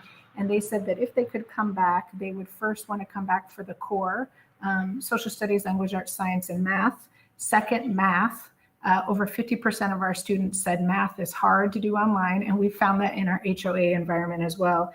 And then the third category was the college and career pathway classes that they were missing. We had about 700 teachers that responded to that survey. A majority of them said that it was harder or a lot harder to teach online, and about half of them said that the technology or the Google and the tools to engage students were difficult. I want to give a huge shout out to our teachers at this point. Alano, as you remember, he created some videos on how to use Google and Screencastify, and we networked with the teachers throughout our buildings that felt comfortable doing it. But in terms of like really giving them a strong foundation in these resources, we didn't have that luxury or time. So it wasn't too surprising that some of them said that they were having trouble with that. Like the parents and students, they said that they had trouble engaging their students in the learning, and cited that fewer students were engaged over time, which was a significant challenge for them. They also said it was difficult that students were not understanding, and it was hard to meet their needs through an online platform, either through the open office hours, synchronous time, or through the email. They talked about the need to have consistency across the system, access to the applications and training on the apps such as Screencastify, Google Voice that they wanted to. They wanted exemplars, templates and exemplars for what great distance learning looks like. And they said if they were come back in some sort of a hybrid or online format, they would, number one, want time to plan. Number two, encouragement, because it is really difficult, support with tech, and then time to dig in and procure and get access to curriculum tools. So there were a lot of commonalities in the feedback that we got, and that has kind of laid the foundation for the plan that we made moving into the fall as we begin thinking about what we want to do for supporting teachers if we're doing a hybrid system or a comprehensive distance learning system. So you know that we've been using the term, we're building a comprehensive distance learning term with in-person opportunities, because we know that whether or not we are online fully or we're online and we get the opportunity to be with our kids, that could change on a moment's notice. And so we really have talked about putting all of our eggs in the bucket of comprehensive distance learning, because we know no matter what, that's going to be a foundation for the work that we are doing. So last week we did some activities in our school level teams talking about like what comprehensive distance learning is or isn't. We talked about some of the challenges that distance learning poses versus an in-person learning poses. And then we shared kind of a 3-part frame for professional development based on best practices in distance learning, as well as some of the experts that we have at Hill Online joined our team. Tom Luba, who used to work with Connections Academy, joined the team, and some teachers that principals identified and teachers self-identified had strong skills in distance learning and had great engagement. That was kind of another thing. You can be great at it, but if kids aren't engaged in it, then it's probably not as great as we think. So we wanted to make sure that they were also getting results with kids. So we do have teams of teachers and various levels of professionals throughout our system working on this comprehensive distance learning professional development structure. So the professional development structure has 3 parts. And again, last week we shared it with the school level teams. They were able to dig into it and give feedback and give suggestions. Arsema and Becky are leading that part of the blueprint team. And so they're digging into that. They're meeting with their team this week and next week to make sure that any changes that they might need to do by level or by topic are included in the plan. So the first area is just online instructional best practices. And so that really is helping our teachers learn about identifying the essential standards, assessing students pre-assessment, utilizing strategies such as flipped classrooms experience, especially if we get the opportunity to be with our students. We want to make sure that when we get to be with them, that those activities that we are doing with them are things that they couldn't do independently. talk about multiple points of entry into a concept, multiple ways of learning concepts, and looking at various curricular resources that we can utilize, especially from a culturally responsive perspective, making sure that we engage all learners and providing scaffolds and supports for students that may need different types of structures and supports. The second category is really the tools for the work, and we're really trying to separate the pedagogy of teaching online from the tools that you use. You know, you've heard lots of conversations about, are you guys using Google Classroom or are you using Canvas, and which one's better? And the experts in the field will tell you that there's certain bells and whistles with both. And it's not so much the learning management system that you use, but how you use it. So for the tools, we really want to continue to invest in Google Classroom. All of our families have been used to it. Our kids are used to it. Our teachers are used to it, and they're continuing to improve the product. One of the things that they are telling us is coming in the fall that we're really excited about is sort of the breakout sessions that you might see like in a Zoom meeting. That's an awesome tool, especially if you have the opportunity to have like a paraprofessional that can work with your students, or you're putting students out into breakout groups where they're talking about content and you can go in and check and join in on that conversation. So we're going to continue to invest in that. Things like Google Voice, Screencastify, Pear Deck, some of these like top tools that teachers have found effective. And we're really excited to dig into all the content from the teams from last week and make sure that we prioritize the top 5 to 7 that we just want to get really good at, because we know the consistency for our students classroom to classroom, as well as our families K-12 is very helpful for not making the tool be the barrier for the learning. We want it to be a support for our student learning. And then the third category, which is actually one of the top categories that people asked about, is the systems and organization of distance learning. So this is everything from how does the Google Classroom look on a page? Because for those of you who've ever done online learning, if I go to Miss Allen's page and I look at that and I'm looking for where's the link and where's the assignment, it's perfect, I'm sure. Or I go to Miss Sinapi's page and I'm like, wait, how do I turn in something? We don't want students or families to be confused. We want it to look consistent in a strong, predictable way, so that, sorry, my dog is protecting me from something, I'm sure. We also want to make sure the way families are able to track whether or not their students are turning things in, their grades, how students are getting feedback. We're trying to make that consistent and systematic throughout our school district, because we know it's going to help students and it's going to help families, and teachers are really asking for it. It really helps them to be able to share, and especially most of us didn't ever think that we would be online distance learners or distance teachers. So really investing in making sure that our teachers feel confident and prepared to teach is that third category for us.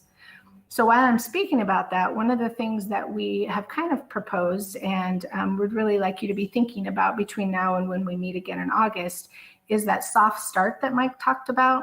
One of the things that Hillsboro Online does is they do take some time at the beginning of the year. Some of their assignments are about connecting with families, going online, trying out some different tools, making sure that they sit in a synchronous time with their teachers to learn about the learning management system and what have you. And I think based on our data, spending that extra time to make sure that our families and students know how to utilize the tools and feel great. We can also check in on whether or not they have Wi-Fi, whether or not they have Chromebook. And we also are in the unique situation where last spring when we got shut down, we already had relationships with our kids. Well, as we move into the fall, we're going to have a whole new group of kids. And we want to really make sure that we have the time to connect with them individually, connect with their parents, hear about their experiences. We've been doing empathy interviews in a variety of schools, and it's frequently used in our high schools, particularly as the grad coaches meet with students. And I know some of the elementary and middle schools have used this strategy as well. And so we'd like to have a really tight expectation for our teachers and we've been working with technology as well to figure out a way that we can get some of this information into our Synergy system so that we can look at the Grantham family and say, okay, the Grantham family has Wi-Fi, they have Chromebook for every student. I talked to the parents about their students, and then we were able to talk to the high school student, and these are the great things that went on last year, and these are the things that they might need additional help. And so we can really get to know our students and the individual needs of our students. So if we have that soft start, that will give us a little bit more time. We also are going to need a little bit more time to do all this professional development. It's a pretty heavy lift to make sure that our teachers feel confident and comfortable, and they're asking for it. So it's something that we think is worth the investment, even though it's a little bit of time. We also think that it will give our teachers an opportunity to have some kids even do some personal surveys or some analysis that they might want to share in their first class or when they join for their first synchronous learning. So we think that that's time that we can maximize if we were given the opportunity to have that first week as a soft start. There were questions about culturally responsive curriculum and the disparities. And again, I think that this is one of those things that we can really dive into. I think there's a great concern, and I know Mark has asked this question as well, like how do we address some of the learning lost that is in the spring? And that's a concern of our teachers as well as our families and students. And some of that's about digging in and getting to know our students, doing some assessments, and then being able to differentiate and make sure that we meet those individual needs. The schedule itself, we've been trying to play with a bus schedule because we were trying to get kids on campus as frequently as possible, and what's the busing and how many hours might we have, and we've been playing with that, but we just started today actually talking about what a day might look like if we start out in a comprehensive distance learning model. And I know at all levels we've talked about how do we get that time, like in an advisory in middle or high school, or in community circles or family circles at the elementary level, to really dive in and start getting to know each other, working on those social emotional learning skills. Because any time that our teachers can learn more about their kids, then they can better meet their needs. And so we're hoping to build that time as well. I know also you're aware, and we're all excited, that Fran is joining Saide with some of the work around equity. And we just talked today, yeah, it's super exciting. We just talked today in another committee about what are the short and long-term outcomes for the equity. And really the beauty of Fran being willing to do this is about her connection with schools and just helping us really dig into the 4 areas that we want to see principals and teachers leading in their schools in order to make a change for the daily experience of kids. So it's about climate and culture, it's about curriculum that we use, it's about those relationships, but we've done a lot of learning about equity, and we've done a lot of working on some goals and working on some practices. But I think the proposal that Fran's been working on with a team, and I know they're coming back to work on it again, is really gonna help us get into the day-to-day experiences of kids. And again, that's going to take some time, but it's the time that we need to put in because our kids deserve it. In terms of the curriculum, one of the things I know that has kind of surfaced is teachers just being really concerned, again, maneuvering an online environment, the tools, but then also like, what are the curriculum resources that we have? And so with elementary, Math Bridges is our math curriculum. They've already done some of that work around the articulation of the standards and the resources and tools that we can use in an online environment. Wonders Maravilla, our new language arts adoption. I think it was Audria. Was it Audria that said you could teach it, or is Arsema who said you could teach Wonders Maravilla for 10 hours a day? It's such a rich curriculum. And so there's teams of teachers who have already agreed and are eager to start working once we get it in a couple of weeks to go through and kind of identify some of the key pieces that everyone should use in every grade level and are accessible online so that we can be consistent and really bring in that multicultural equity-based lens into the instruction. In middle school, they've already been working, the 4 principals have been working collaboratively with teachers, and the core staff has been looking at What are the essential standards to make sure that all of the middle schools are aligned so it's a predictable experience for our students? So there's already teachers throughout middle school that are working on that. And at high school, we were just talking today about the various levels of PD, both within their schools, because they've been working really hard within their schools on professional learning communities, but then also across our district. And we started that work mid-year. We had kind of a phased in approach that Becky was leading with our principals, and our administrators were leading like the social studies team. And so they came together, they spent a day digging into their standards, start talking about the scope and sequence of their standards, what were the essential standards, how they tied to the language arts standards, and what was a priority for our students. And then we were supposed to meet again in the spring, and that kind of went by the wayside. But there's a great foundation, so we're excited to kind of dive back into that as the fall comes around. And the high school principals today were talking about how do we use some of that time that we might be granted during that soft start to do some of that across school articulation of what students are learning. I think it's especially important because oftentimes in a high school, unless you're a core teacher, you are often the only teacher of a certain content or topic, or you may have one colleague that also teaches business classes with you, but the conversation and the sharing and the working harder, working smarter, not harder, definitely gets maximized when we can collaborate across the schools. And I think one advantage of this type of structure is that opportunity to do that in a virtual way without traveling across the district. So that's great. Let me see what else Mike had asked me to. The other thing with parents, so as you know, in the last couple of weeks, we've had a variety of listening sessions, and we've probably had over 2,000 parents, whether that was at our Spanish-speaking listening session or English-speaking listening session. And we've also, as you are aware, have had listening sessions with students, parents of students who identify as Asian Pacific Islander, Black, African, Native American, and students experiencing disabilities. So we've had quite a bit of input. And like Martin said, we see the same thing. We see parents saying, oh my goodness, please get my kid back in school. I'm really worried and I can't teach them and whatever, it's fine, get them back. And parents saying, what are you even thinking? You can't bring them back. So we sort of see the gamut, but what is consistent is our parents are concerned about making sure that their students are engaged in learning, as we are. They're worried about their health, and they want to make sure that we are being good communicators, keeping them involved, and helping them be do the best job they can in whatever environment. And so again, I think having the time and that very tight expectation with all of our staff members to make those one-on-one parent connections to make sure that we know what our parents and students need is going to help set us up for success as we go to comprehensive distance learning with hopefully in-person opportunities at some point throughout the year.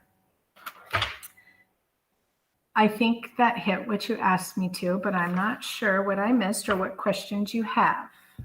There are a couple questions on there. So we have a question from Jackie, I believe, around clarification on grades. Yeah, so at this, as you know, Oregon Department of Education told us we were not able to grade last spring. That was in a Hillsboro School District decision. And as of this moment, we have not heard that we are not going to be able to grade. So we are assuming that we will be able to assess and assign grades to our students. So I read in it's great because it's in the FAQ on the Blueprint website. I found it. That because in the fall, we will be doing comprehensive distance learning instead of distance learning for all. So it sounds like that's something that's been addressed already. So that's great. Thank you. Yeah. And thanks for having it on the Q&A because, yeah, after I put that in there, I found it. No, that's totally fine. Yeah, and also in that document, it allows a little bit more time for our teachers to be engaged with our students. You may recall in the distance learning for all, there were guidelines and expectations for, like, I think it was an hour of office time, but now up to half of the time is opportunities for our students to engage with their teachers, whether that's in small group or large group, synchronous, open office time. So it allows a little bit more interaction. The guidance does from ODE, which I think is going to be great for our students. Thank you, Dale. There's a question from Yadira. So it's really exciting to hear this, comprehensive distance learning plan is coming together. It sounds like it's going to be really robust. And but have we also thought about, for example, my specific case? I have a first grader that I'm working full time. My husband is working full time. So even if their teacher has like this online learning from a set time during the day, my child will not be able to benefit from that. So how have we thought about how we're going to help students where both parents work and there's really no one, they have a caregiver, but, the caregiver is not going to put them online and make sure that they're doing what they're doing. And with me, my 6-year-old is going to need direction. She's not going to be able to maneuver that system on her own. So I'm just, wanting to see if there is something that can be done about that. Yep.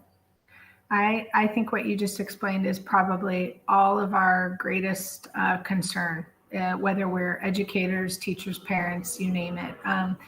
I know one of the things that we talked about with K2, we've been saying K2 smaller classes, let's get them on campus if possible. That was in our original proposal, like all day, every day for our K2 students, because if you read the feedback from parents, it's exactly what you're talking about, like keeping the students engaged. And even when you talk to the teachers, they're like, they were there for 5 minutes and then they left and then they came back. And, it's a computer screen is not terribly engaging for a 5 or 6-year-old. So we've talked about a variety of things. I think a couple of them include trying to keep those classes smaller. So when we get the green light to get them on campus, we can just flip right in and have them here all day, every day. So maybe trying to get those classes to 20. The other thing that does is it gets the class to 20. So it allows the teacher to really get to know their students and their families and to be able to say, okay, these students have some support, or their caregiver is trying to get them on, but that may be a struggle because they also have these other students. And so reaching out more to students, being able to flex their time. They can also, we've also talked about like short videos that students can watch. We've talked about hands-on learning opportunities. How do we get sort of a little video and the teacher showing something with some manipulatives and then the screen away and then students are applying things? Because those of you who have ever watched Kinder or first of all hail to the Kinder or First teachers. It really is about kind of the 3-ring circus of, I got your attention, let's do this. And then, okay. And then, all right, now we're moving to the carpet and okay, now we're doing this. So it's giving the teachers a few less students so they're able to think through what their individual students need and to be able to kind of meet those needs. So it's a big concern of ours. And even when we were talking about trying to get those numbers down to 20, all of our administrators, K-12, and many of our teachers said, do what you need to do. Like, we have to provide a foundation for our K-2 students. So if that means cutting FTE at the middle and high school level to get more teachers down in K-2 so we can try to meet those needs, we're going to do it. But if we know that we're going to be distance learning, that does give us some time to plan in the next couple of weeks to try to think, have our best thoughts and try to figure out how we create a distance learning experience for them that involves a variety of modes of learning in little tiny pieces in a variety of ways, and those personal connections so that the teachers really know their kids like they might in person, but to be able to do the phone call or do the Google Meets, or to check in with a family in the evening, because they know that's when they're going to be tackling those things. So it's not an easy solution, but I think it's one that we can definitely tackle with some really good creative strategic thinking. Can I also chime in, Erica? Is that okay? Yeah, I just wanted to acknowledge Yadira's concern, and a lot of us are parents as well with small kids who will be struggling to do distance learning on a screen. And part of our partnership regionally at the county and city level is to be working with school districts and care providers and the cities and counties to expand childcare. We know that the economy can't go back to work, nor can public sector folks go back to work unless our children can be cared for. And so we're looking at partnerships that would help support distance learning at times when we as parents can't, or at times if kids can't be back to school for face-to-face learning. And part of our plan, we got this feedback the other day, is that regional care providers would really like some professional development on how to support kids with Chromebooks in daycare. So we're going to plan on providing digital crash courses in how to do that and supporting care providers so that our kids, especially 5, 6, 7, 8, can get support during the daytime hours when they're doing synchronous learning or whether they're working on their projects. Thank you, Travis. Obviously, childcare is a conversation that we will continue to discuss, and it impacts a lot of different people in our community. So we should not be left to solve that problem on our own as a district. We should definitely make sure that we're bringing other partners to the table to help us address a need that impacts everyone. With that, let me just double check that there wasn't another question on here. I think, Mark, you had a question. Of course I do, right? My question from before about the grading period calendar, and it feels like there's a lot of things sort of coming together. So the idea of making the transitions at the end of a grading period is that it feels like that's a calendar convenience and less about the curriculum. It feels like what Dale said at sort of her outset was 8 classes was too much in a distance environment for high school students. So the amount of content it feels like to me, the amount of content we're trying to cover in a completely remote environment is nearly impossible to do. So at some point, if we're going to be complete distance learning at the outset, which it feels like that's where we're headed, how do we scale back to make sure that whatever we are trying to do, we're doing well, as opposed to trying to do a bunch of things and not being successful at them? So like the idea of transitioning at a grading period, that sounds great. We've covered, larva in biology, and now we're moving into cellular structures or however it goes. But, the odds of them completing the larva is pretty unlikely. It's not like the grading period is going to end and we're going to complete this unit. We're not going to be completing units at the same time as we normally would have. So, I get that the convenience of the grading calendar makes sense, and maybe that's when we reassess our moves towards hybrid. But I also think, that the curricular structures, we're going to have to be a lot more fluid, because I can't imagine we cover the same amount of material in a completely distance learning environment. And then with those curriculum in mind, we've all brought up how important the social emotional learning component of what we do is, especially at that K4 level or whatever. So as we figure out how we manage the time we have to interact with a student, I would love to figure out how we build in those social emotional peer-to-peer components. Kindergartners get almost as much from their peer group, first graders from their peer group, as they do from their teachers. And without, sort of synchronized online sessions or however we can make it work, without our students having those abilities to make those social connections, I feel like we're doing a disservice to their social emotional learning. So there's a lot to unpack there. Some of it's comments, some of it's questions, but it's the as I was listening to what Dale was saying, it's sort of all intersected. A lot of my thoughts and concepts sort of intersected together with this concept of, when we're online only, we probably can't cover the same material we would normally cover. And so how do we manage that more effectively and give the students the chance to have social interactions with each other? Well, that's a big question.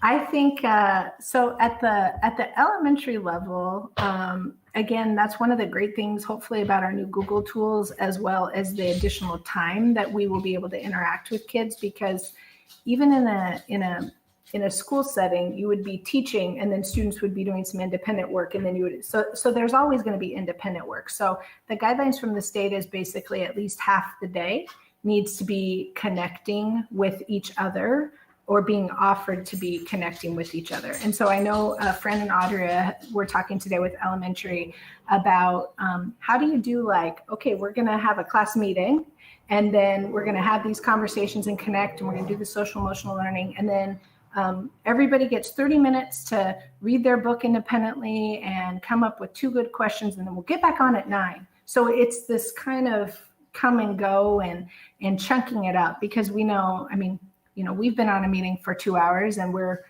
leaning in, but it's like students don't have that same level of focus and attention. And so it's chunking it up. And then at the middle and middle level, they've really talked about like getting into the 4 core in particular and making sure that they do the same kind of thing.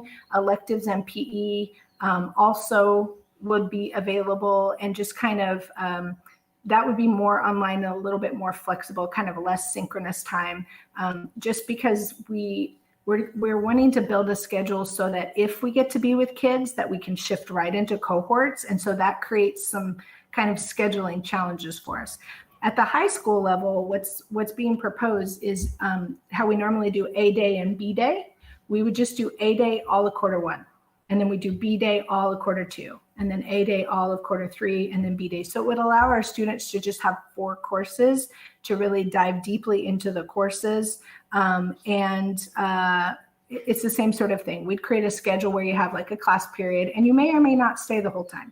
You may come, have the discussion. The teacher says, okay, I want you to write a response to the discussion and what other thoughts you had based on what you heard from your classmates. And these 12 kids are going to stay. And so those kids stay. The other ones might, meet in a different sort of venue, or maybe they just do it independently. So that kind of goes back to like those best practices that we want to teach teachers about how to utilize the different kinds of tech tools, but embed those best practices where we're differentiating, which is kind of what we would do in a building.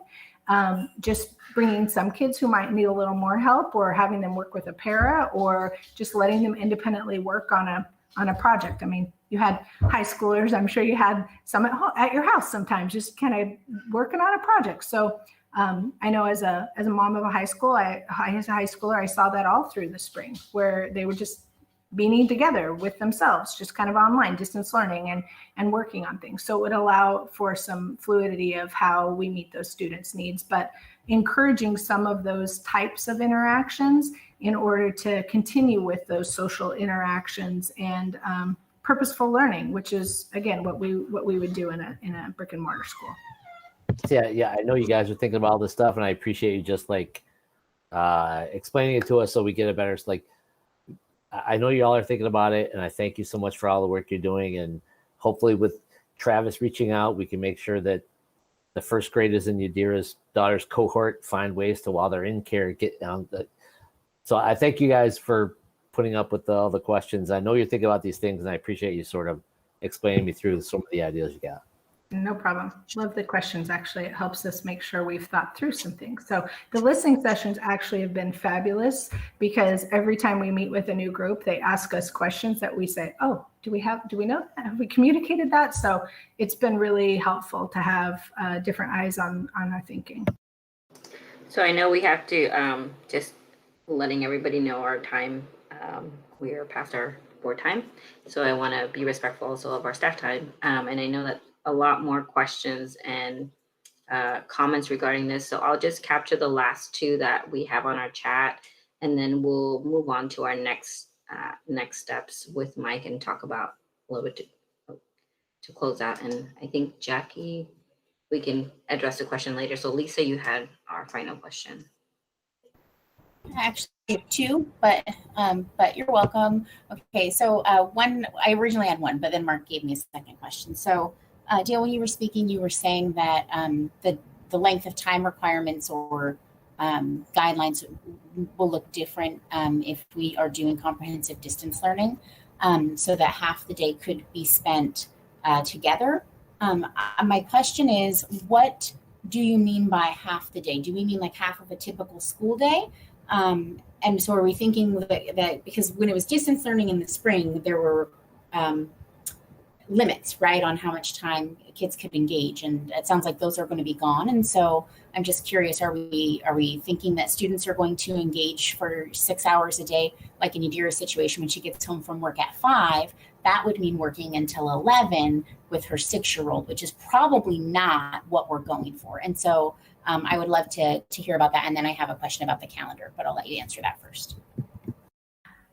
Oh, come on, party at 11 o'clock at Yadira's house with all those letter sounds and names. So the new guidance that came out through Oregon Department of Ed, I think it's page 52, as a matter of fact. Basically, Division 22 requirements still hold true. And so what they're saying is 50% of the time for the level is to be time that we are teaching students. And that can be in a variety of ways. It could be synchronous time, it could be asynchronous time, but there are independent practice time, and then there's direct teaching time. So according to this document, that would mean for, let me just use your example, let me get that correct. That means for a K-3 student, it would be 2 hours and 20 minutes per day of teacher facilitated learning. And teacher facilitated learning, again, can be a variety of things. It could be that the students are practicing Benny the Bear, and they're singing the Benny Bear song, and they're drawing pictures and sorting little manipulatives to sort things that start with B and things that don't. It could be that they're practicing writing things. It could be that they're listening to a story. So the guidelines really are around what is direct teacher facilitated learning. And again, that could be small group, large group, in person, online, but that's the state guidance for us.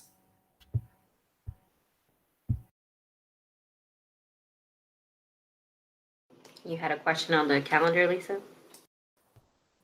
It just said she left the meeting at the bottom. I think it might have just kicked her out. Well, we will capture that question and send it on when we get her back. I think back to the point that we've all been kind of addressing is the earlier that we can make our decision, the easier it would be to plan on all of these different avenues and efforts. And I'm sure that this one has helped many of us understand the process that's like going on behind the curtain of trying to figure out our approach in our district.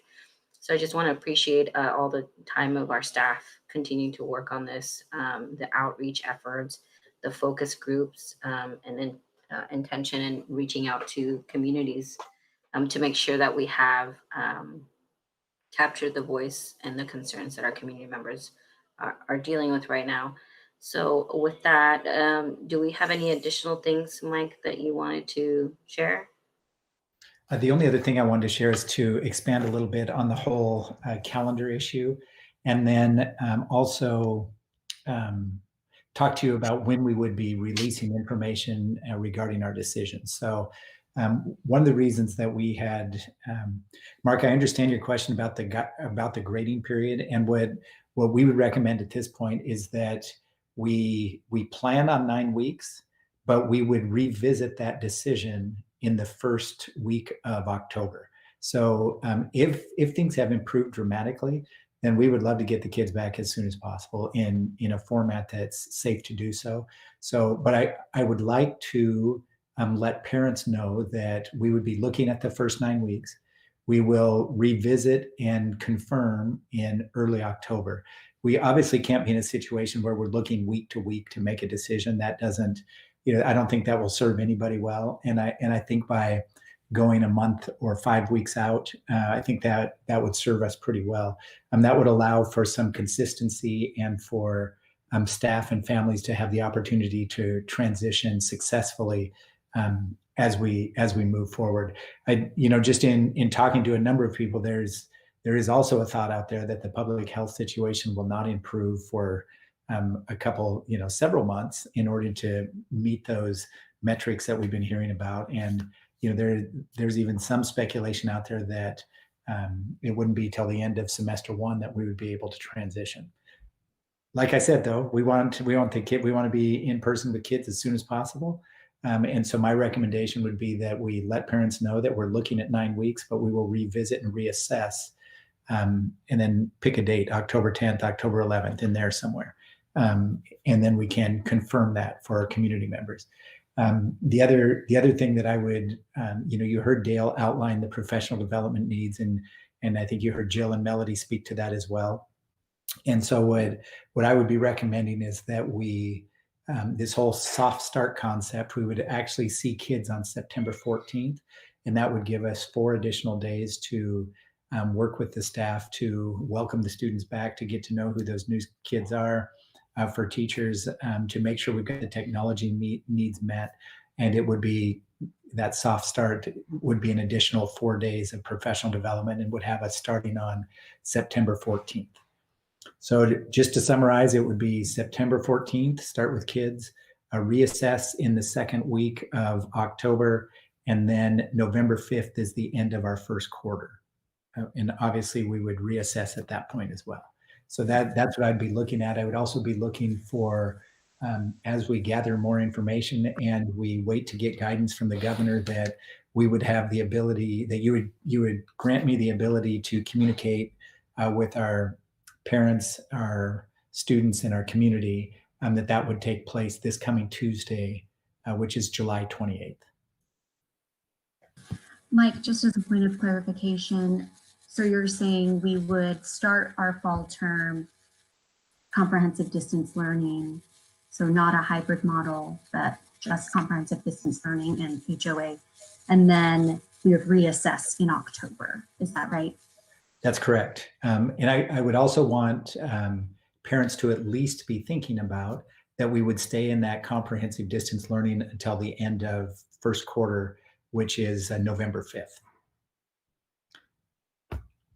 Safe to do so, we could move back.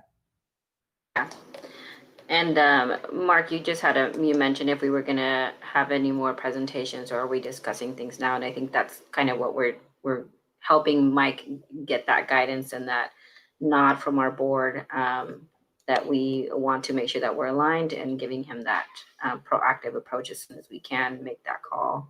And you had another question, Mark?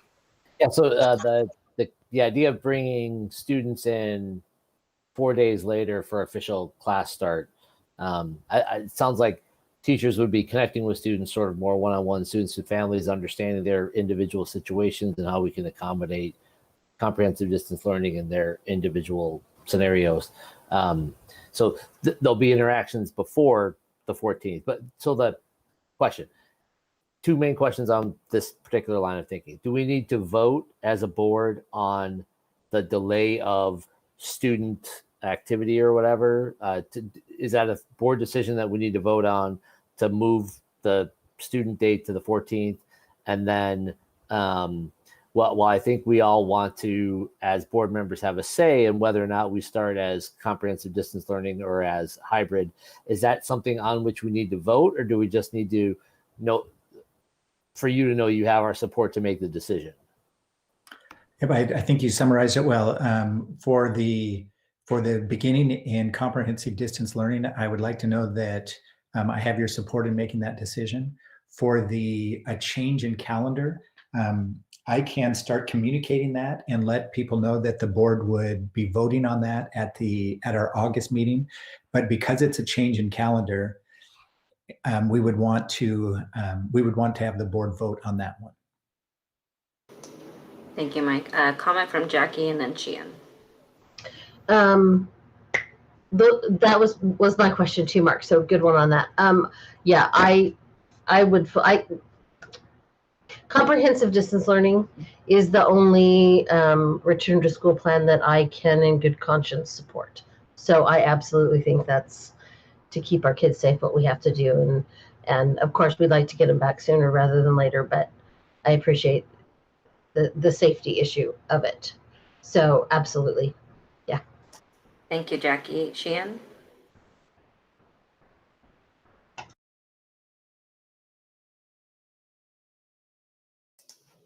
Sheehan, did you have a comment?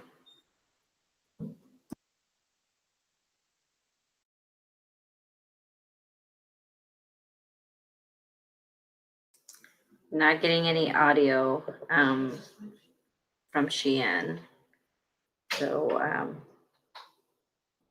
I'll just make sure that you reach out and connect Mike and see if there was any additional things. I think her screen is frozen right now. So do we want to go around and say whether or not we support the decision that Mike has impending for comprehensive distance learning? Is that like a Yeah, I just want to see a nod, understanding. Yeah, for me, I would support that position. It feels like the state of the pandemic in our particular community would require us to begin the year as comprehensive distance learning only. So I support that decision, Mike. Me too. And I also support the ability of Mike being able to have a quick turnaround and put that messaging out into our community. So we want to make sure that we are able to give him that flexibility. And Sheehan, you're back, I see. I am so sorry. I didn't realize I had such a low battery. I thought I had a couple more minutes to run and grab my charger. Are we having discussion time, or if we have any comments, should we just share now? Yeah, this is pretty much our end of our meeting and discussion time. I don't think we were we were talking about whether or not we support Mike's decision to take us to comprehensive distance learning. Yes. Okay, that's right. In short, yes, I absolutely do support the decision to go to comprehensive distance learning in the fall. This has been such just a challenging time, I think, for everyone. And I really appreciate, Mike, your time and all of our staff. I also want to recognize just the anxiety and the pressure and the uneasiness that I can only imagine our teachers feel and our staff who are really on the front lines of all of this. I think that our teachers and our staff are really the unsung heroes of this time, especially given the crisis that we're in right now. And so I think that today's conversation was really helpful for me in seeing and kind of getting a temperature check of where our teachers and where our staff are at. I know that I've also been hearing from parents, and I attended a couple of the community listening sessions as well. And I think that for me, I feel most comfortable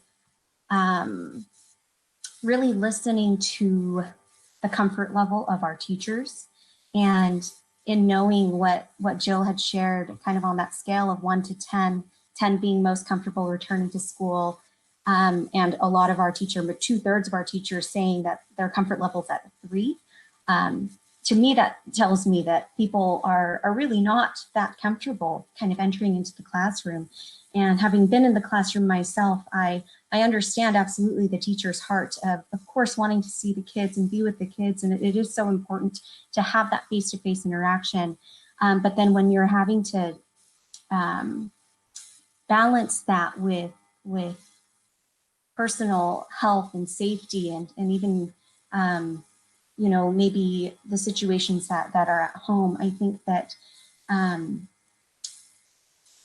to me, I think that the comprehensive distance learning model is the one that makes most sense at this time. I think that there are more ways to be creative when it comes to how to engage our students. And, as Dale, you had mentioned, the 2 top things have been, engaging with our students, and then second being safety and health concerns. When it comes to creativity, I think that we have a lot more room to be creative when it comes to how we can engage with our students and deliver instruction to our students in a way that makes most sense for each individual child. But when it comes to health and safety, I think that there is very minimal room for wiggle room in terms of how creative we can be. And so, yes, in short, I do absolutely support the kind of the full distance learning model. Thank you. Thank you, Sheehan. So that is all we had for our agenda today in our work session. And thank you to all of our board members and staff for your participation, answering questions, and educating all of us. And if there's no other things, I'm looking at you, Mike, if there's no additional things that you need from us. I too would like to thank our staff. They've been working tirelessly on this, and I know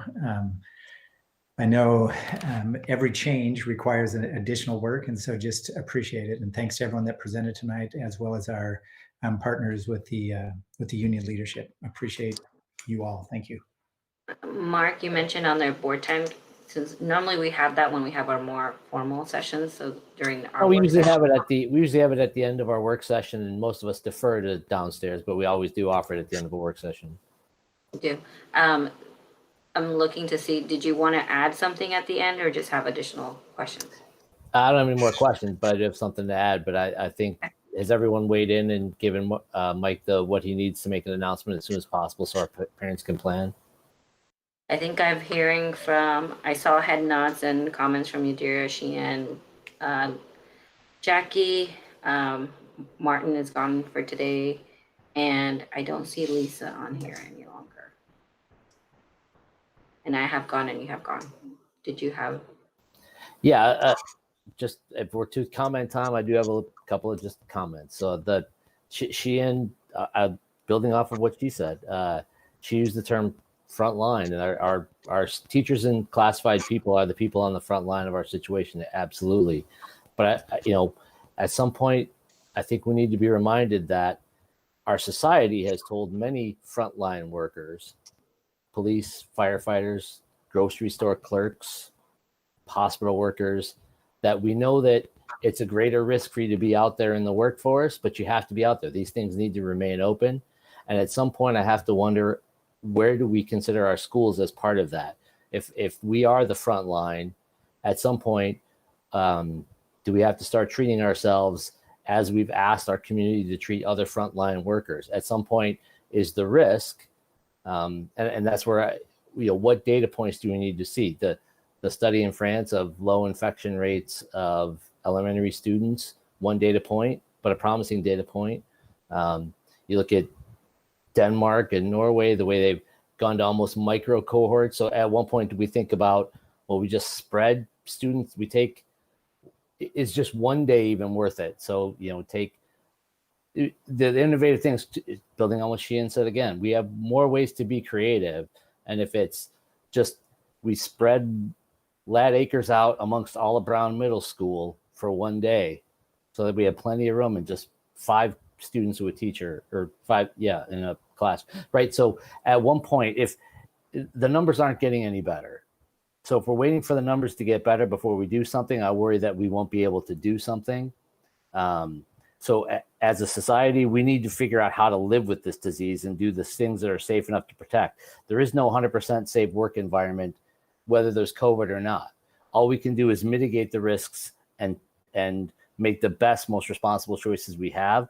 So, building on what Sheehan said, our teachers and classified staff are our frontline workers, and we've often asked frontline workers to do dangerous things for the benefit of our society. And I'm wondering at some point, if it's, in February, when I raised the question, well, what if we leave for spring break and we never come back until the fall? People were like, oh, yeah, come on, here we are, right? And now we might not even go back for the fall. So if this is going to be with us for a year, what are we going to be doing if the rates don't improve? I don't feel like we can write off this entire cohort of students. They need to be with teachers, and we need to find a way to safely do that. So, and we've asked other frontline workers to take that risk. So we're not there yet. I fully agree that comprehensive distance learning is the way to go for day one, but I also wonder, at what point do we have to just say the risk is worth the payoff because we can't continue to have our students outside the classroom. Thanks. Thank you, Mark. Is there any other final thoughts from anyone or board members? Okay. Seeing none, I thank you all for your time and thank you for expressing all of your views and also the work that you are doing to our staff. And we look forward for probably a very soon communications to go out to our families in the following week. So for all those that are watching, just know that that's coming also. So thank you all, and this board work session is closed. Thanks, Lisa. I mean, Erica. Sorry. Erica. I look like a Lisa, yeah. Thanks, everybody. Bye.